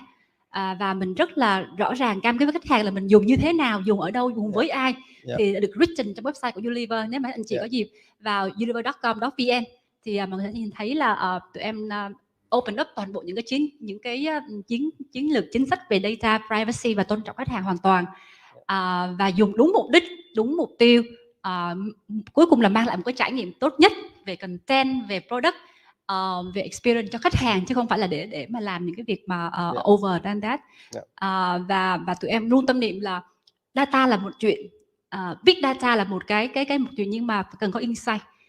Mình bắt buộc phải tìm được những cái brilliant insight sau khi mình collect những cái data đó là gì. Thì thực sự mình mới mang được cái chuyện mà trải nghiệm cá nhân hóa một cách ý nghĩa, một sự kết nối có ý nghĩa nhất với người tiêu dùng. Và thứ ba là cuối cùng đó là dùng xong rồi thì phải measure, luôn luôn phải measurement để tìm được là cái hiệu quả nó làm sao. Hằng tin chắc là năm ngoái năm kia khi mà dịch Covid xảy ra thì ở đây tất cả các anh chị làm brand á, thì có ai mà giữ được budget của mình như là năm 2019 hay 2018 không ạ? Có ai mà còn giữ được budget thì cho Hằng giơ tay được không ạ? Tức là budget làm marketing, làm quảng cáo của mình á, không có một cánh tay nào giơ lên cả. Cho nên we are a team. một cái team là luôn luôn là phải optimize budget, và có rất là nhiều data, big data chứng minh rằng là khi mình làm mass media so với mình làm targeting, làm precision marketing á, thì là chi phí marketing giảm hơn 1/4. Cho nên đó là một cái motivation rất là lớn, một cái nhiên liệu để mà mình tái tạo, để mình đầu tư trở lại rất là nhiều cho cái chi phí về marketing của các brand nói chung. Cho nên túm lại đó là 3 bước: data collect with right purpose và integrity, transparency. Thứ hai là phải tìm đào rất là nhiều insight, brilliant insight để mà mình make cái meaningful connection với consumer. Và thứ ba là measurement và optimize. Và ở Unilever thì tụi em dùng những cái machine learning và AI để mà làm việc đó. Tức là khi mình có data thì mình vừa tiết kiệm được budget mà vừa hit đúng đối tượng, cho nên là mình giúp được personalize được cái communication và engage với khách hàng. Em kể một ví dụ ha, thì với Unilever thì là các brand đều tâm niệm là không những chỉ là làm kinh doanh mà còn làm sao để make Việt Nam là một cái cuộc sống nó tốt đẹp hơn. Cái sustainability là một cái core at our strategy in Unilever toàn cầu. Thì có rất là nhiều nhãn hàng dạy các con những cái thói quen rất là tốt, như là rửa tay đúng nè, rồi chăm sóc nhà cửa trong mùa dịch để làm sao, hay là đánh răng, đơn giản là đánh răng sáng tối ha. Nghe nó rất đơn giản nhưng đó là một cái lifetime habit mà nó giúp cho em bé lớn lên có một cái thói quen và hàm răng rất là tốt. Thì cái insight mà tụi em có đó là thực ra trong gia đình đó, các anh chị nghĩ giùm Hằng nha, người nào ở trong gia đình lười đánh răng nhất, lầy lội nhất trong việc đánh răng, các anh chị đoán thử đi, là em bé, người mẹ hay người bố? Consistently là người bố. Thật là đáng thương cho cái người bố. Anh đúng không? Anh cũng nhìn em ánh mắt hình trạng là anh cũng vậy đúng không? Thì thực ra là exactly là như vậy. Thì người bố là cái người lầy lội nhất, hay là partner in crime với lại lũ trẻ nhất trong cái việc là skip đánh răng đi con, sao cũng được, con đi ngủ đi con, đi chơi với bố đi con. Cho nên là sau khi collect data lại á, và biết được cái giờ này là cái giờ mà bố với con có thể interact với nhau á, và có cái insight đấy á, thì tụi em làm rất là nhiều những cái content relevant. Bố dạy con đánh răng thay vì mẹ. Thông thường trước đây là mẹ, bởi vì em biết chắc là Vietnamese mom á, là người mẹ Việt Nam là hầu hết là mẹ hổ với lại mẹ sư tử hết rồi, cho nên chỉ còn các ông bố là lầy lội thôi. Cho nên là làm những content như vậy. Mình nghĩ đó là good point từ data. Nhưng mà từ cái insight đấy thì Unilever đã change cái media plan của mình như thế nào? Dạ vâng, tụi em sẽ có less TV mà sẽ chuyển qua rất là nhiều về digital và dùng những cái relevant technology, ví dụ như là augmented reality, để cho đứa bé và người bố cùng thấy mình trong những cái đoạn content đó. Tức là nó customize đến mức là có thể customize cho nhà anh Minh, nhà Tùng vân vân, nhà Long vân, là từng nhà như vậy luôn, để mà có những cái trải nghiệm thực sự là cá nhân cho từng gia đình một. Trong cái việc mà bố với con cùng đánh răng, cùng mấy cái fun activity giữa hai bố con. Dạ, tuyệt vời. Cho nên là các bạn ở đây mà sau này đừng có hỏi cái agency là tại sao tôi thấy quảng cáo này mà bạn không thấy. đúng không ạ? Vì rất là personalize dựa trên data và cái philosophy Unilever đang làm là DDM, đúng không Và ạ? cũng biết là trước đó anh Minh cũng đánh răng như thế nào rồi đấy. Cho em xin được bổ Ok. sung thêm cái ý của chị Hằng. Bởi vì là với doanh nghiệp tuy là không phải là làm mass với khách hàng mass như là bên Unilever, mà như là câu trả lời đầu tiên em đã nói ấy, là đối tượng khách hàng của Osdor nó rất là đặc thù. Và khi mà Osdor xác định rằng cái đối tượng khách hàng của mình ấy chính là những cái anh kiến trúc sư này, các anh thợ xây dựng này, các anh thợ nhôm kính này, thì cũng là cái bước đầu tiên như chị Hằng vừa mới nói là collect data, đúng không ạ? Thế thì cái collect của data với cả cái nhóm khách hàng đặc thù đấy thì Osdor làm như thế nào? Với nhóm khách hàng đặc thù là thợ thầu xây dựng ấy, thì cái việc là hiểu về marketing hay hiểu về tech với họ là rất khó. Thế thì phải làm cách nào lấy cái data đó, thì họ sẽ không cho cái data của họ dễ như là các khách hàng mass. Và cái việc là để lấy được data của họ ấy thì mình phải tạo ra được cho họ cái lợi ích gì khi mà mình thu cái data đấy. Thì ví dụ như với Osdor ấy, là Osdor đang làm một cái chiến dịch là làm e-catalog cho tất cả những cái thầu thợ xây dựng nhỏ lẻ. Có nghĩa là một anh thợ xây dựng khi mà anh ấy đi bán hàng ấy, anh ấy không có các cái tài liệu để giới thiệu anh ấy là ai với cả khách hàng của mình. Thường là chỉ làm word of mouth thôi, chỉ giới thiệu với nhau rồi show với nhau trên cái điện thoại là các công trình tôi đã làm như thế này và cho xem ảnh trong photo thôi. Thì Osdor đưa hết tất cả những cái dữ liệu đấy lên thành cá nhân hóa cho từng cái anh thợ này, tạo ra những cái e-catalog cá nhân hóa. Và chính vì thế nên là chúng ta lấy được cái gì ạ? Chúng ta biết được logo của họ đang sử dụng là gì, tên của họ là gì, địa chỉ của họ là gì, số điện thoại để khách hàng liên hệ với họ là gì. Hoàn toàn đấy là những cái dữ liệu mà chúng ta cần collect. Nhưng chúng ta không collect một cách là cho người cần phải bảo mật với cả người ta hay như thế nào cả, bởi vì những cái đấy lại là những cái dữ liệu mà người ta đang muốn public ra ngoài. Nên chúng ta collect data bằng cách là chúng ta tạo cho họ thấy rằng cái data mà chúng ta collect của họ để chúng ta đem lại giá trị cho họ. Thì đấy chính là một trong những cái cách mà cái step đầu tiên mà Osdor đang làm với cái đối tượng đặc thù của mình. Thì cũng xin chia sẻ cho các anh chị. Như vậy các bạn thấy là ở đây chúng ta thấy có hai cái nhóm khách hàng khác nhau. Bên Unilever đó là chúng ta thu thập data của khách hàng gọi là vô danh, đúng không ạ? Và chúng ta theo dõi để chúng ta đưa được những cái thông điệp nó đến nó đúng. Còn ở bên Osdor thì chúng ta cái nhóm khách hàng chúng ta nhỏ hơn, chủ yếu là các khách hàng định danh. Thì như vậy cái cách làm cung cấp cái personalize cái trải nghiệm cá nhân đó nó sẽ phải khác, đúng không? Thế còn bên P&J đó thì khách hàng mà hiện tại thì có database rồi, có hành vi rồi, chúng ta làm ngon, nhưng mà bây giờ P&J bảo là không muốn grow, phải làm cái nhóm mà anonymous kia, cái nhóm mà vô danh đấy. Thế thì cái việc mà thu thập data rồi làm các cái personalize đó ở P&J mình cho cái nhóm, đặc biệt cái nhóm vô danh đó mình làm như thế nào Long nhỉ? Rồi thì nếu mà trả lời câu hỏi của anh Minh thì Long sẽ share một cái case mà trong lúc mà hồi Covid đó. Thì thật ra thì lúc đó thì nhìn cái câu chuyện ở lúc mà khi Covid diễn ra thì đó P&J cũng quan sát được rất là nhiều cái câu chuyện liên quan đến câu chuyện về mặt sự chia ly. Ví dụ như là nếu mà người đọc báo người sẽ nhìn thấy được là lúc đó là có những cái cặp đôi họ vừa mới xuống sân bay họ thì lập tức là test Covid xong thì một người là phải vào cách ly, còn một người phải đi về với nhà. Hay là những câu chuyện là ông bà hay cha mẹ muốn mua trang sức cho con cái thì lúc này đây P&J thấy được rằng câu chuyện trang sức lúc này người ta không dùng để mà người ta mua để người ta đi dự tiệc, người ta đeo hay người ta đi lễ hội nữa, mà lúc này trang sức nó một thứ, nó là một cái vật kỷ niệm đánh dấu cái thời khắc này rất nó khó khăn mà không phải ai cũng trải một lần trong đời. Như vậy thì ngay thời điểm đó thì P&J mới làm câu chuyện là tung ra một cái câu chuyện về mặt một trải nghiệm cá nhân hóa liên quan đến sản phẩm, tức là tung ra cái sản phẩm khác tên. Sản phẩm đó khác tên, tên gọi cái bộ sưu tập đó là hết ha. Sản phẩm thì khách hàng có thể lên digital, lên website, thời điểm đó là cửa hàng cũng bị đóng cửa, lên website để có thể đặt hàng, xong rồi có thể ghi lên 4 cái chữ, nó một cái thanh ha, có 4 mặt, rồi có thể ghi cái chữ gì đó tặng ông, tặng bà, tặng con cái đó, và mình ghi dấu là cái chuyện đó, và cái sản phẩm đó là hoàn toàn là cá nhân hóa cho từng người một. Và chúng tôi bắt đầu chuyển tất cả những thông tin đó về cho nhà máy bắt đầu tiến hành sản xuất. Và trên cái thông tin đó đặt khách hàng có thể cá nhân hóa đến mức là ni size nè, vàng là vàng vàng hồng hay vàng trắng, câu chuyện về mặt cái kích thước làm rất là rõ từng bước này, tại vì mỗi một cái đó thay đổi nó đều ảnh hưởng câu chuyện mặt giá, liên quan câu chuyện về mặt giá nguyên liệu đó. Thì đó là tất cả những thứ mà chúng tôi chuyển cho câu chuyện của online đến cho khách hàng.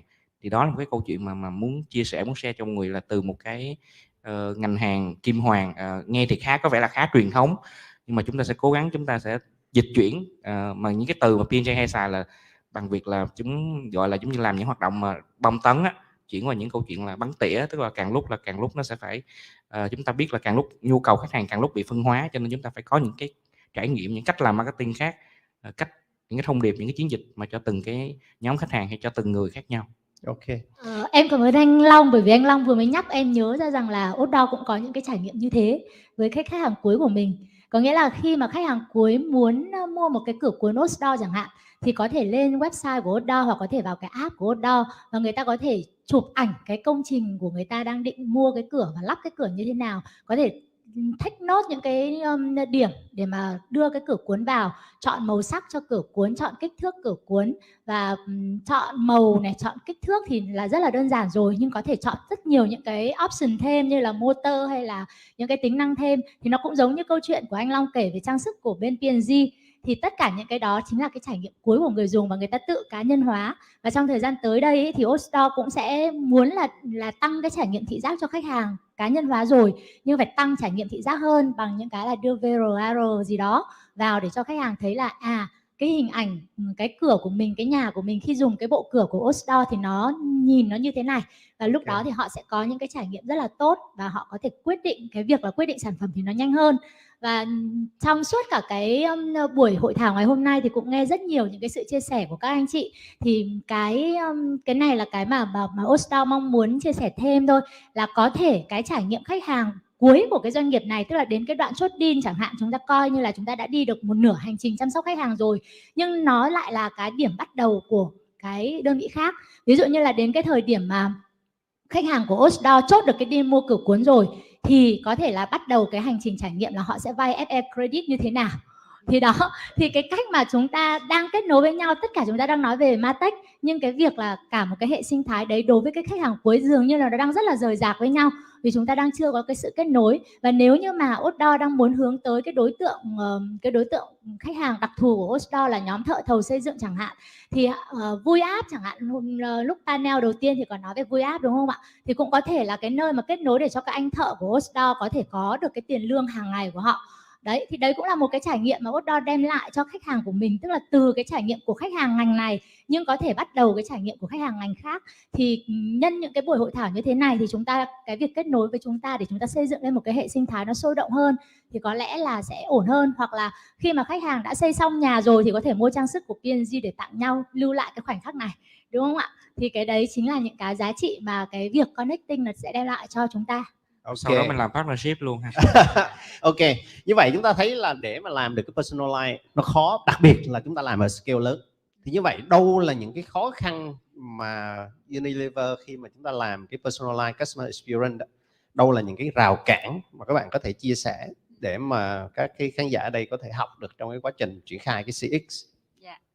Thực ra thì em nghĩ cũng rất là nhiều công ty cũng đối mặt với chuyện này, và ở Unilever thì có hai cái vấn đề mà em cũng muốn chia sẻ ở đây luôn. Đó là thứ nhất là người tiêu dùng thì đang ở Việt Nam mình đang là có mức độ tăng trưởng về GDP rất là tốt, đúng không ạ? Trung bình 20 năm qua GDP Việt Nam tăng trưởng 5%, coi như là rất là emerging trong châu Á Thái Bình Dương của mình rồi. Và 70% dân số của mình trong tương lai sẽ là digital Gen Z, Gen S, tức là những cái người mà xin lỗi Gen Z và Gen Y, là một thế hệ số hóa, rất là có kiến thức, rất là digital savvy, rất là hiểu biết về công nghệ, cho nên là họ cũng rất có nhiều nghi ngại khi mà share data, đặc biệt là first party data, cụ thể về thế. Cho nên là em nghĩ là doanh nghiệp làm sao tạo được niềm tin, có một cái chính sách về privacy, data privacy rất là rõ ràng, trung thực và chính trực, thì em nghĩ là đó là cái điều đầu tiên ha. Làm sao mà thực sự mình collect được first party data at scale, đặc biệt là vào năm 2023 khi mà cookieless sẽ effective á, khi mà mình không còn tag được media tag ở cookie nữa, thì em nghĩ là các doanh nghiệp phải tự thân vận động rất là nhiều, hợp tác với các ecosystem với nhau rất là nhiều để tạo ra hệ thống data của mình. Đó là điều thứ nhất ha. Và điều thứ hai là mình luôn mong muốn có một cái trải nghiệm là seamless, một cái smoothest seamless experience cho consumer từ online offline, tất cả các touch point luôn. Nhưng mà thực ra trong lúc mình execute, lúc mình làm á, thì có rất là nhiều những hiccup, có những cái gap về mặt tốc độ load internet, hoặc là trải nghiệm online offline nó không consistent, vân vân. Cho nên đó là cái điều mà em mong muốn là mình cùng hợp tác giữa là technology company, rồi data company và brand company để mà mình cùng mang lại một cái seamless experience online offline cho người tiêu dùng. Tuy nhiên những cái khó đó cũng không làm mình chùn bước được, bởi vì mình biết chắc chắn đó là chân lý, là chân ái của marketing, là tương lai của marketing, cho nên là tụi em đang từng bước để mà khắc phục và hợp tác cùng với các đối tác của mình để tạo ra cái endless journey cho consumer. Còn P&J mình thấy mình có những cái rào cản gì? Đúng rồi. Khi trả lời câu hỏi thì chắc em trả lời câu hỏi cho cái ngành bán lẻ luôn đi ha, chứ không chỉ P&J không. Thì là em nghĩ là em thấy có trong suốt quá trình đi làm thì thấy câu chuyện nghĩ là có 3 cái rào cản là lớn nhất. Đầu tiên là liên quan đến câu chuyện data management, có nghĩa là quản trị các dữ liệu data của chúng ta. Thì cuối cùng để chúng ta làm được câu chuyện cá nhân hóa thì chúng ta sẽ phải có tất cả những dữ liệu đó nó phải được rất là sạch và làm rất là chuẩn chỉnh. Thì câu chuyện đó chúng ta nhìn thấy được là đối với ngành bán lẻ truyền thống thì câu chuyện nó đi từ brick and mortar store là câu chuyện offline online, thì bắt đầu nó sẽ có những cái khoảng gap về câu chuyện đó khi mà chúng ta triển khai. Một cái rào cản thứ hai liên quan đến câu chuyện là nó giống như là một cái độ alignment giữa tất cả những cơ cấu org ở phòng ban. Ở đây tất cả nếu mà các anh chị làm công ty tập đoàn lớn thì các anh chị đều biết là cái bức vách giữa các cái phòng, các cái khối đều được dựng lên rất là lớn. Như vậy thì lúc đây cái sự phối hợp liên phòng, liên khối, liên chi nhánh, liên công ty thành viên như thế nào để mà chúng ta có được một cái sự xuyên suốt trong quá trình câu chuyện trải nghiệm của tất cả những khách hàng. Và nó cũng có những sự liên quan câu chuyện về mặt change management. Như vậy khi chúng ta muốn thay đổi trải nghiệm khách hàng tốt hơn thì chúng ta thay đổi một cái quy trình nào đó, thay đổi cái vận hành nào đó, thì nó đòi hỏi cái sự thay đổi nó phải xuyên suốt từ top management team đi xuống đến execution team, nó cũng phải có những câu chuyện đó. Và một cái rào cản thứ ba anh nghĩ là liên quan câu chuyện về mặt technology enabler, có nghĩa là câu chuyện mặt công nghệ. Không nhiều bên sẽ có một cái đội ngũ công nghệ đủ nuôi một cái team nó đủ cho những hoạt động như vậy, và câu chuyện về cả mặt know-how lẫn câu chuyện về mặt hiểu và hướng về câu chuyện business như thế nào. Thì nghĩ đó là 3 thứ: data management, câu chuyện của alignment giữa nguyên cái org của mình, và cuối cùng là technology enabler. Long mention một cái điểm rất là hay, tức là chúng ta nói rằng là khi mà chúng ta làm CX và personalized CX là chúng ta phải cần data, và muốn và với cái big data, với cái lượng data lớn như thế này chúng ta phải cần IT tham gia.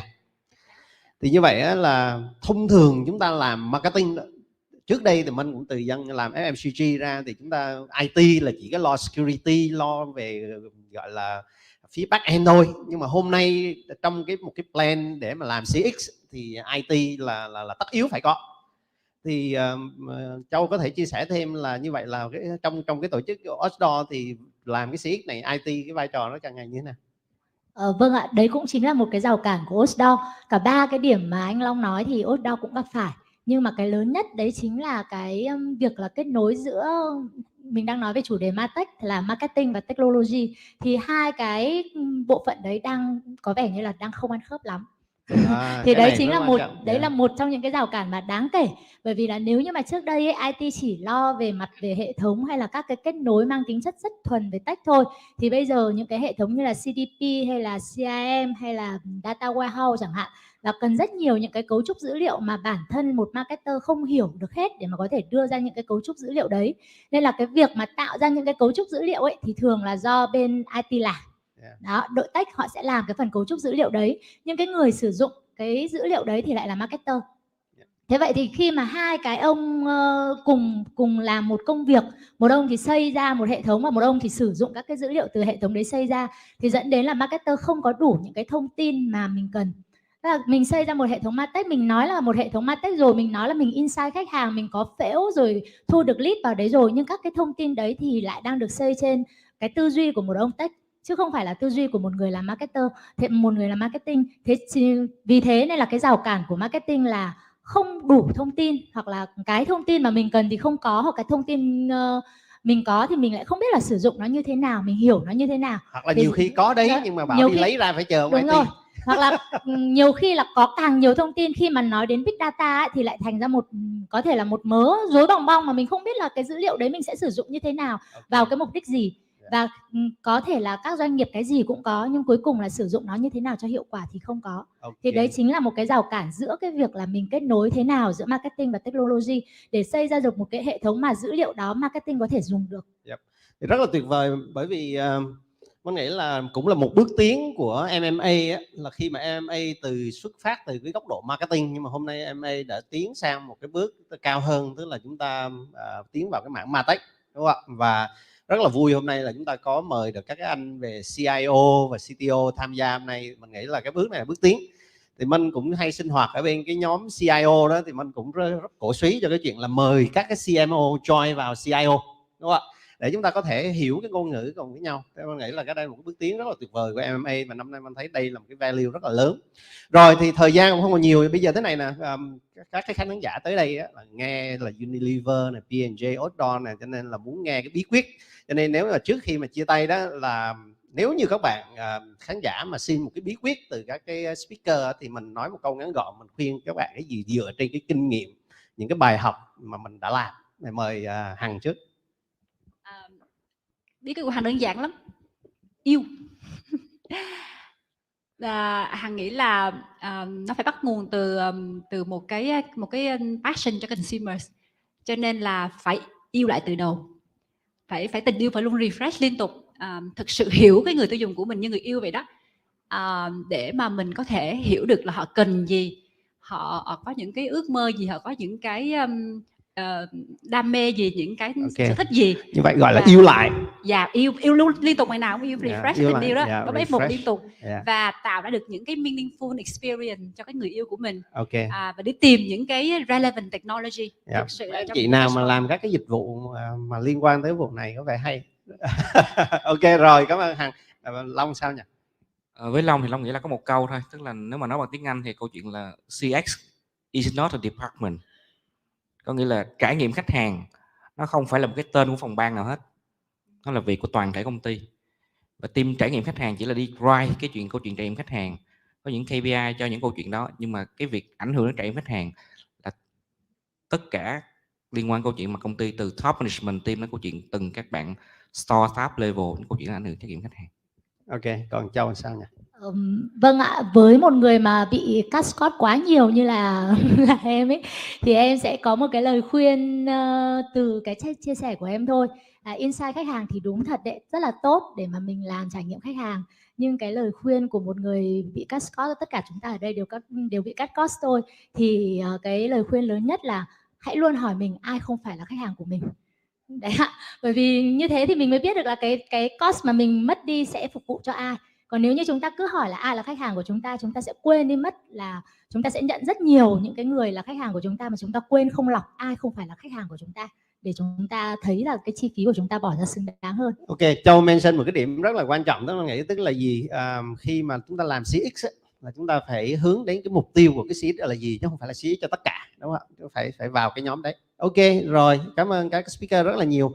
Thì các anh chị nào mà có một câu hỏi thì hôm nay ngoại lệ, chúng ta nói tiếng Việt ngoại lệ rồi, bây giờ anh chị nào hỏi luôn, không cần phải qua panel nữa. Các anh chị nào hỏi không, có cần câu hỏi, các chuyên gia đây có chị nào muốn hỏi không ạ? Rồi nếu như mà chị không có hỏi rồi, cảm ơn panel rất là nhiều.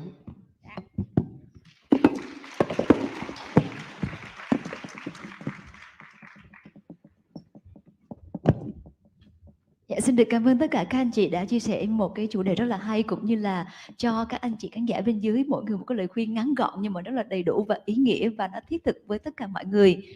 So ladies and gentlemen, and now we go to the last topic today. What Web3 disruption can teach us about planning for the customer of the future.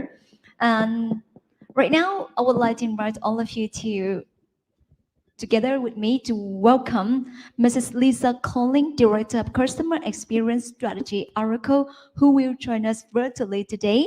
And in this session, we will decode how organizations can leverage loyalty principle to become more relevant and responsive to their customer, leading to improved customer lifetime value, sales conversion, and brand equity. And please take a look on screen.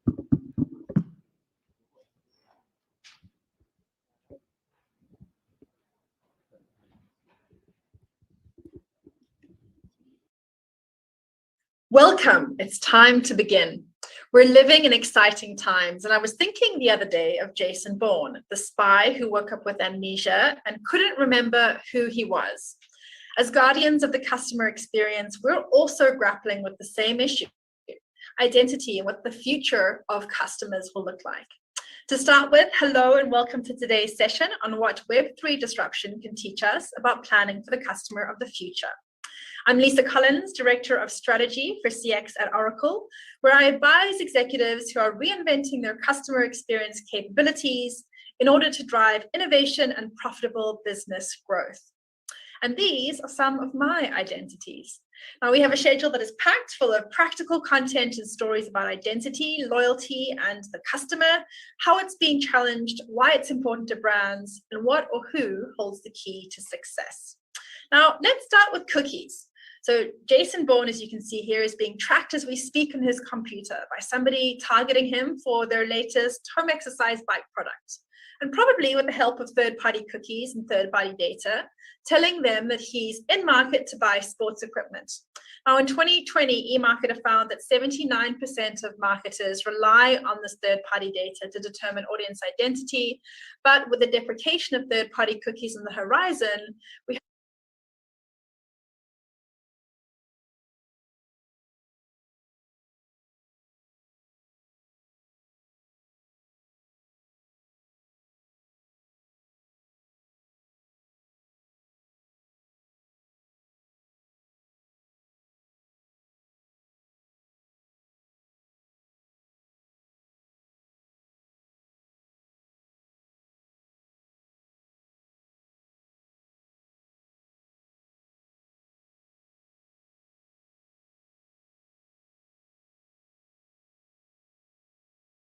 to identity partners with the right ecosystem integrations for activation, and looking at things like overlaying digital analytics data with contextual intelligence as well. Now, identities are poised to become even more prolific. Personalization and targeting can be tied to IDs like a wallet ID with MetaMask, a first-party cookie that's set by Google Analytics or Oracle Infinity, precise context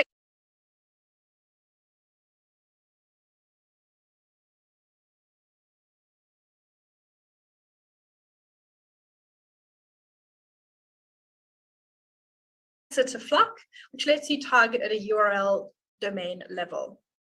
So not only do we have this proliferation of channels that you can see in front of you that we need to be personalizing experiences across, we also have multiple identities that we need to cater for. And Web3 promises consumers that they will be able to control and carry their identities with them instead of relying on centralized platforms to identify them, which adds another layer and level of complexity. So this is only going to continue to increase as we engage with customers across ever more immersive environments. But in fact, what we're actually seeing is a shift from device and browser ID targeting to consented and unknown IDs. But what's in the way of making this connection between unknown and known identities? Well, firstly, we need to think beyond just web and mobile cookies and IDs. Think of the trail of identities Jason Bourne would leave behind during his journey to being a smart bike owner. And we know, of course, that he needs to keep fit to keep running from the bad guys.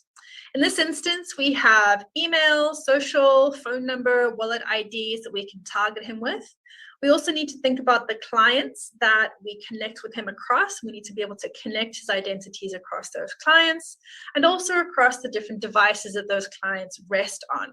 So let's say we're able to make our way through this maze and we're able to target him. And we encourage him to come to our partner store. Now, this could be a partner store in Decentraland, in the metaverse. It could be through mobile or even the real world bricks and mortar partner store. And he decides to purchase the bike and also perhaps some recommended accessories. Now, after using the bike once, he has yet to make that all-important second use and that second ride that he has to take with the bike. And we can see that he needs a little bit of a nudge to make sure that we can continue to grow his engagement with our brand. So let's say we send him a push notification on his phone that prompts him to fill out a survey, letting us know what his exercise goals actually are. And we can see that he struggles to stay motivated consistently, and sometimes he's low on cash for ongoing repairs to his equipment because, let's face it, he's on the run from the law a lot. So we can encourage him to join our Move and Earn loyalty program and get the NFT of the bike that he's bought, which is both a collectible and a way to earn rewards in new ways. For instance, he can earn bike tokens by holding the NFT and cycling on his bike, so he's actually rewarded for being healthy. Or he can even rent out his token or his NFT to a user that he meets at a meetup so that he earns while they are cycling on their bike. So this is a way that he can begin to derive a second source of income from holding this NFT that's part of a loyalty program. And of course, the tokens that he earns could also be used to vote on where to distribute the profits from the DAO this is associated with, or even using services in the wider ecosystem that this is a part of, for instance, with insurance or repair or subscriptions. So this is an example of the kind of journey that Jason Bourne could actually go through today that begins to merge the Web 2.0 and the Web 3 worlds. So now that we have a better idea of the kinds of identities we should be thinking about tracking, what's the second biggest hurdle that we have to overcome? That, of course, is consent. So at each of the steps that we saw, we needed Jason or consumers in general to give us permission when it suited him. For consumers, they want us to make sure that we respect their desire to be tracked on mobile, or perhaps to be using their mobile phones to stitch together personalized experiences in a way that makes them feel like they've been given back control. And the good news is, what they're really asking from us is to respect them by building trust. Research has consistently shown that people are willing to share data and to respond to marketing activities and messages. And actually, once you get to know them better, they expect deeper individualization and personalization. But in order to get that initial response, firms must first use data in ways that are contextual, authentic, and empathetic. And to do that, we need to reward their consent. Now, who's doing this really well at the moment? Well, the cool kids over in the crypto clubhouse are rewarding their audiences in new and interesting ways.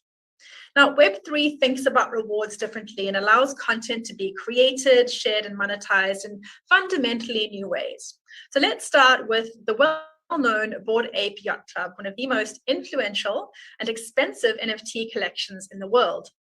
With a minimum price of about 110 Ethereum or $3,200 and up to $3.4 million for this guy on the right. They offer members partnerships and exclusive access in ways that haven't really been possible before.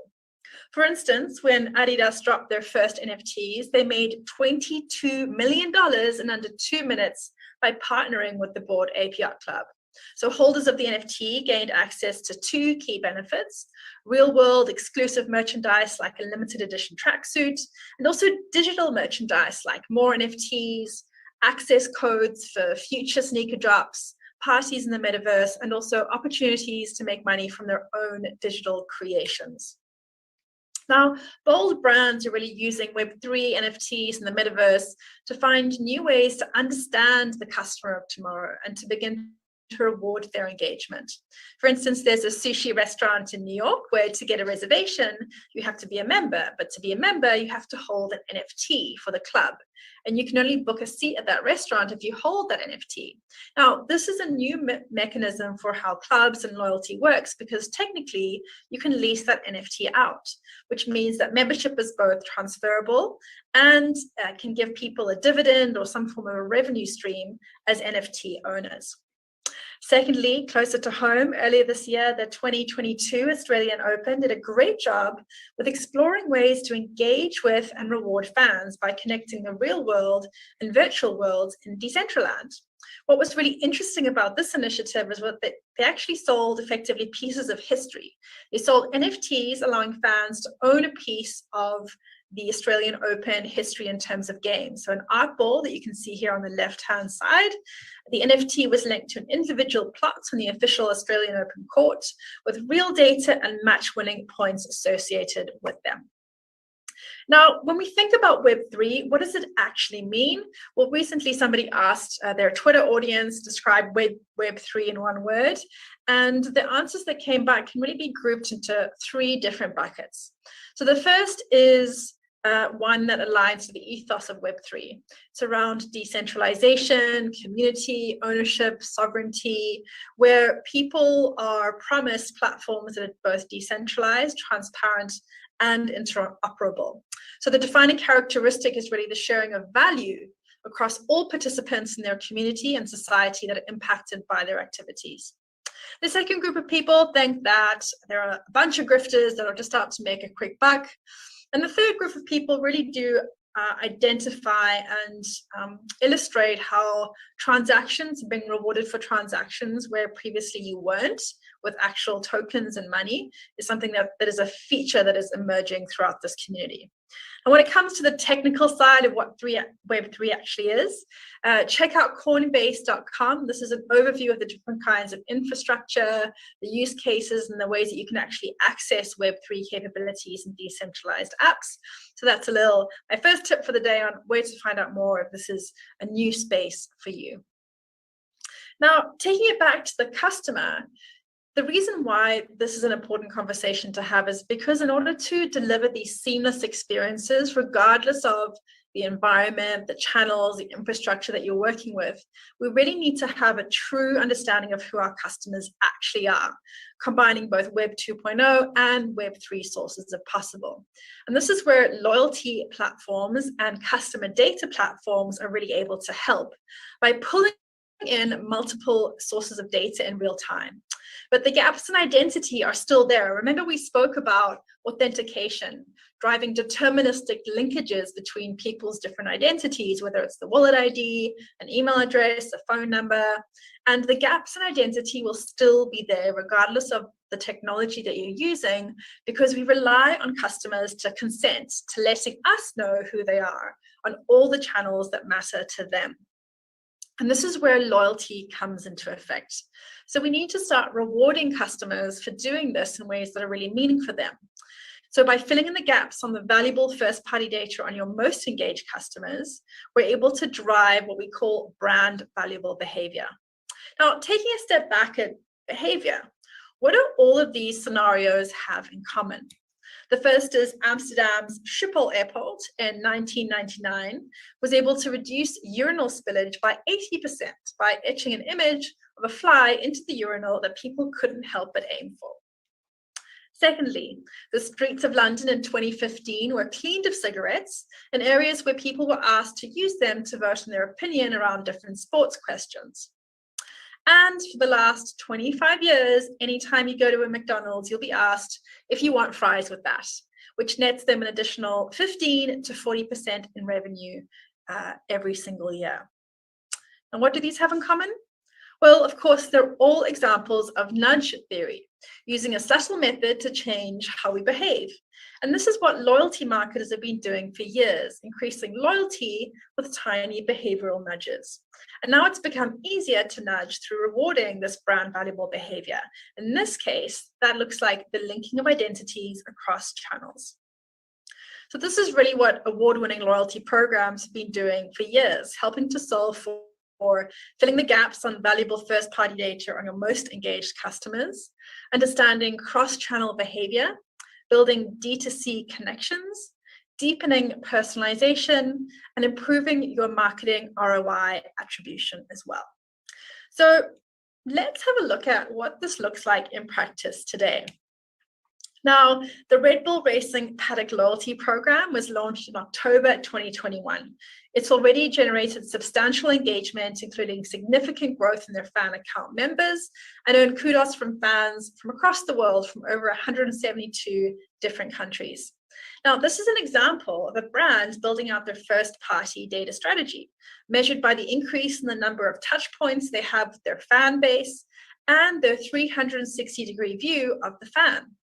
For many brands, this view sometimes even starts offline, for instance, encouraging first-party data collection with in-store data capture, allowing customers to upload store receipts from any point of sale to get points, and really enabling them to collect any point of engagement across the offline to online customer journey.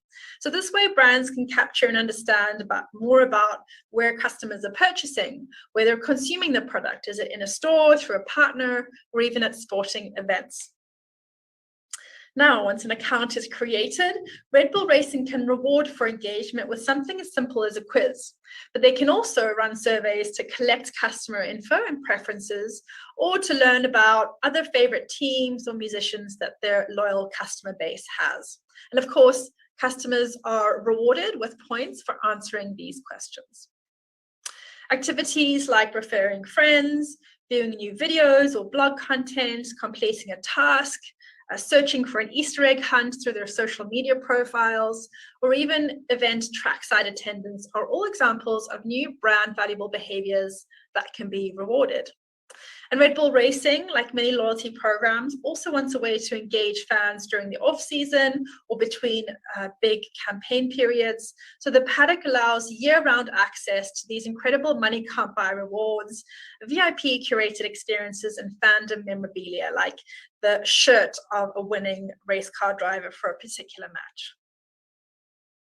And of course, this also includes rewards that have the ability to reward both the brand and the consumer through one-of-a-kind digital collectibles. And you can see here, this is one of the first digital collectibles that they made available. And this also gives them insight into their fan willingness to engage with new platforms and products like the NFTs that you can see over here, but also to begin to build out a store and a collection of fan wallet IDs. So these are Web3 IDs that can help them to establish whether this is an area of interest or to build out a pool that they can leverage in the future as well. So we've taken a look at identity. We've looked at how we can reward brand valuable behavior, how we can encourage people to connect their identities across multiple channels to make sure that we're constantly creating the seamless customer experience, regardless of where a customer actually is. Once we begin to pull in this data, brands like Red Bull are actually building out sophisticated fan 360 engines across channels. So in the first month alone, Red Bull actually saw a massive increase in their full paddock membership and millions of loyalty points redeemed, which was also allowing them to have access to a huge array of data that they hadn't previously had access to before. So key to ensuring that the embedded intelligence of this fan experience platform and ensuring that it can actually perform at its peak is due to the cleanse and unified data that the customer data platform that they use provides. So if the time is right for you to take your customer experience to the next level, what are the top 3 obstacles to getting value from a CDP if that's an area that you're choosing to invest? Now, the CDP Institute recently ran a study that shows that organizational and input data are some of the biggest CDP problems who have deployed a CDP but aren't actually seeing any value from it. This can be avoided early on in the process by ensuring that you spend the time to create clear requirements connected to business value and outcomes as well. And what are the top indicators for success from people who have implemented a CDP and have the highest level of satisfaction? Well, the same study showed that when users focus on features during the selection process instead of cost, they have higher satisfaction scores. On the other hand, the lack of vision and focus on cost alone made for relatively more unhappy CDP users. And the last top indicators for success, well, users who know what they need and match the right solution for them. There's many different shapes and sizes of CDPs, and it's no surprise that independent analysts agree that Oracle is a leader in the category and has one of the most complete customer data platform solutions on offer. So when we think about enterprise needs, we know that enterprises in particular need to consider the extensibility, the flexibility, and the power of an enterprise level CDP, considering things like the data models, profile unification, AI and machine learning, segmentation, analytics, connectivity, and data governance capabilities that are on offer. An IDC study from 2021 advises that the best way to get started is to prioritize the business use cases and also estimate the return on investment. So what's a framework that you can start with to follow Bourne's example and uncover your true identity, or at least uncover the right CDP or solution capabilities for you? This is a really simple framework and something to get you started in having conversations with your teams. So thinking about the company and customer journeys across the entire purchase cycle, you want to identify the current state and vision for the future, the use cases that will enable that to happen, the outcomes that will drive, and the specific CDP or loyalty capabilities that are needed to make that happen. And this is an example of a bank that is offering household or joint account products. You could do this for different product ranges or categories, depending on the shape and size of your business. Now, the kinds the results that I've spoken about are really typical across the broad suite of customer experience solutions that Oracle provides across marketing, sales, service, and advertising, as well as customer data platform. And in fact, what you can see in front of you is actually a picture of our own marketing engagement engine that Oracle uses internally. So we put our tech to work using the conceptual framework of helping customers to discover, engage, serve, and consume at the highest level to drive this truly world-class marketing engine. And as a result, we've been able to speed up campaign launches, to reduce sales research time, to double lead conversion, and to shorten the time to service our customers. So today, CX success and your company's success in the experience economy really depends on your ability to master data signals in real time to stand out from your competitors. To sum it up, the concept of identity has always been core to customer relationships across the entire customer journey. And our ability to weave customer interactions into a holistic experience has been hampered by these increasingly fragmented identities and lagging infrastructure. This will only continue to increase and become more complex as time goes on and as new kinds of platforms arise, especially in the Web3 space. It just so happens that these two operational challenges are what most enterprise-level CDPs and loyalty platforms and contextual identity solutions are designed to solve. So amid the scramble about what to do when Google does away with third-party cookies in Chrome next year, remember to use modern loyalty strategies and comprehensive customer data platform capabilities to not only build relationships with customers, but to reward brand valuable behavior that helps you build trust and build the value of your first-party data stores.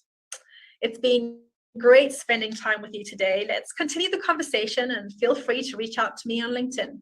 Till next time.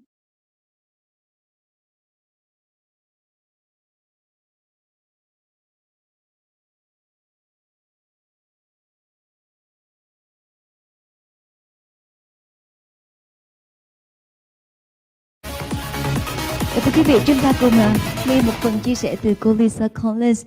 Và thưa các anh chị thân mến, có lẽ đến giờ phút này cũng là thời phút để chúng ta cùng khép lại sự kiện ngày hôm nay. Thì trước khi khép lại sự kiện, xin được mời lên sân khấu chị Phan Bích Tâm, Country Manager Vietnam, Myanmar, Cambodia, MMA sẽ lên sân khấu để có vài lời chia sẻ với tất cả các anh chị ạ.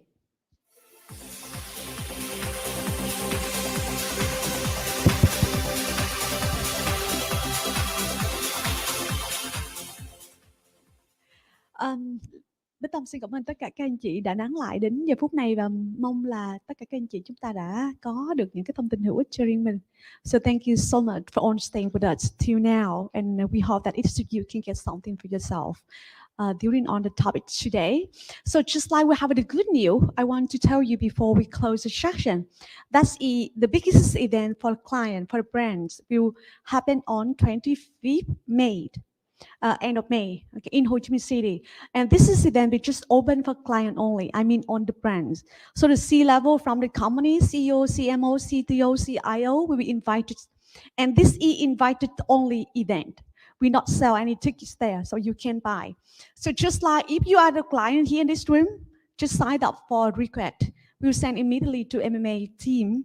We will consider your profile and be invited to the event. And remember that this will happen very soon, end of next week.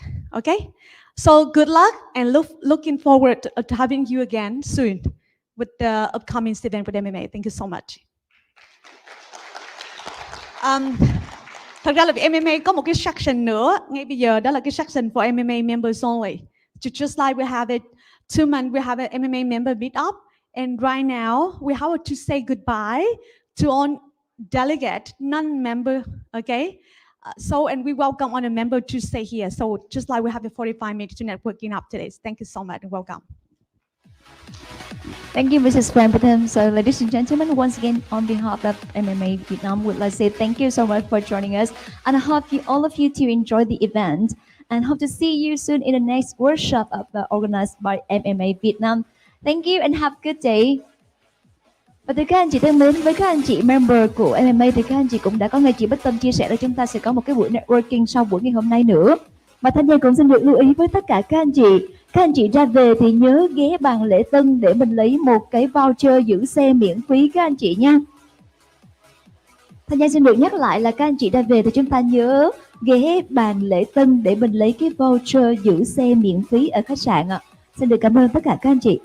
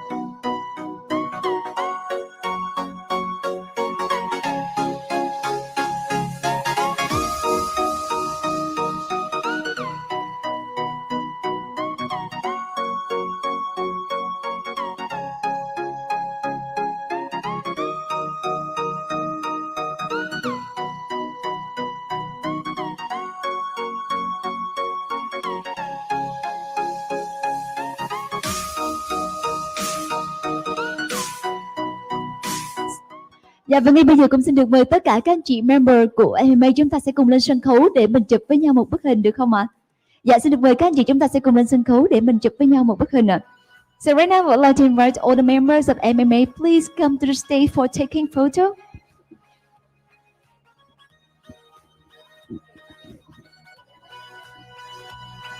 Và thưa các anh chị thân mến, ở phía bên ngoài khán phòng của chúng ta thì ban tổ chức cũng có chuẩn bị tea break. Thì các anh chị có thể ra phía trước để mình lấy tea break và tiếp tục vào bên trong khán phòng để mình có một cái buổi networking sau cái sự kiện ngày hôm nay ạ.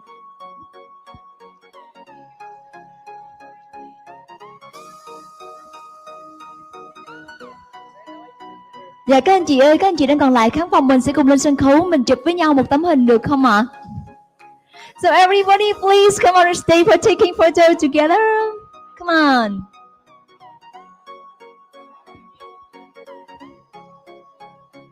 Dạ, xin được mời tất cả các anh chị chúng ta sẽ cùng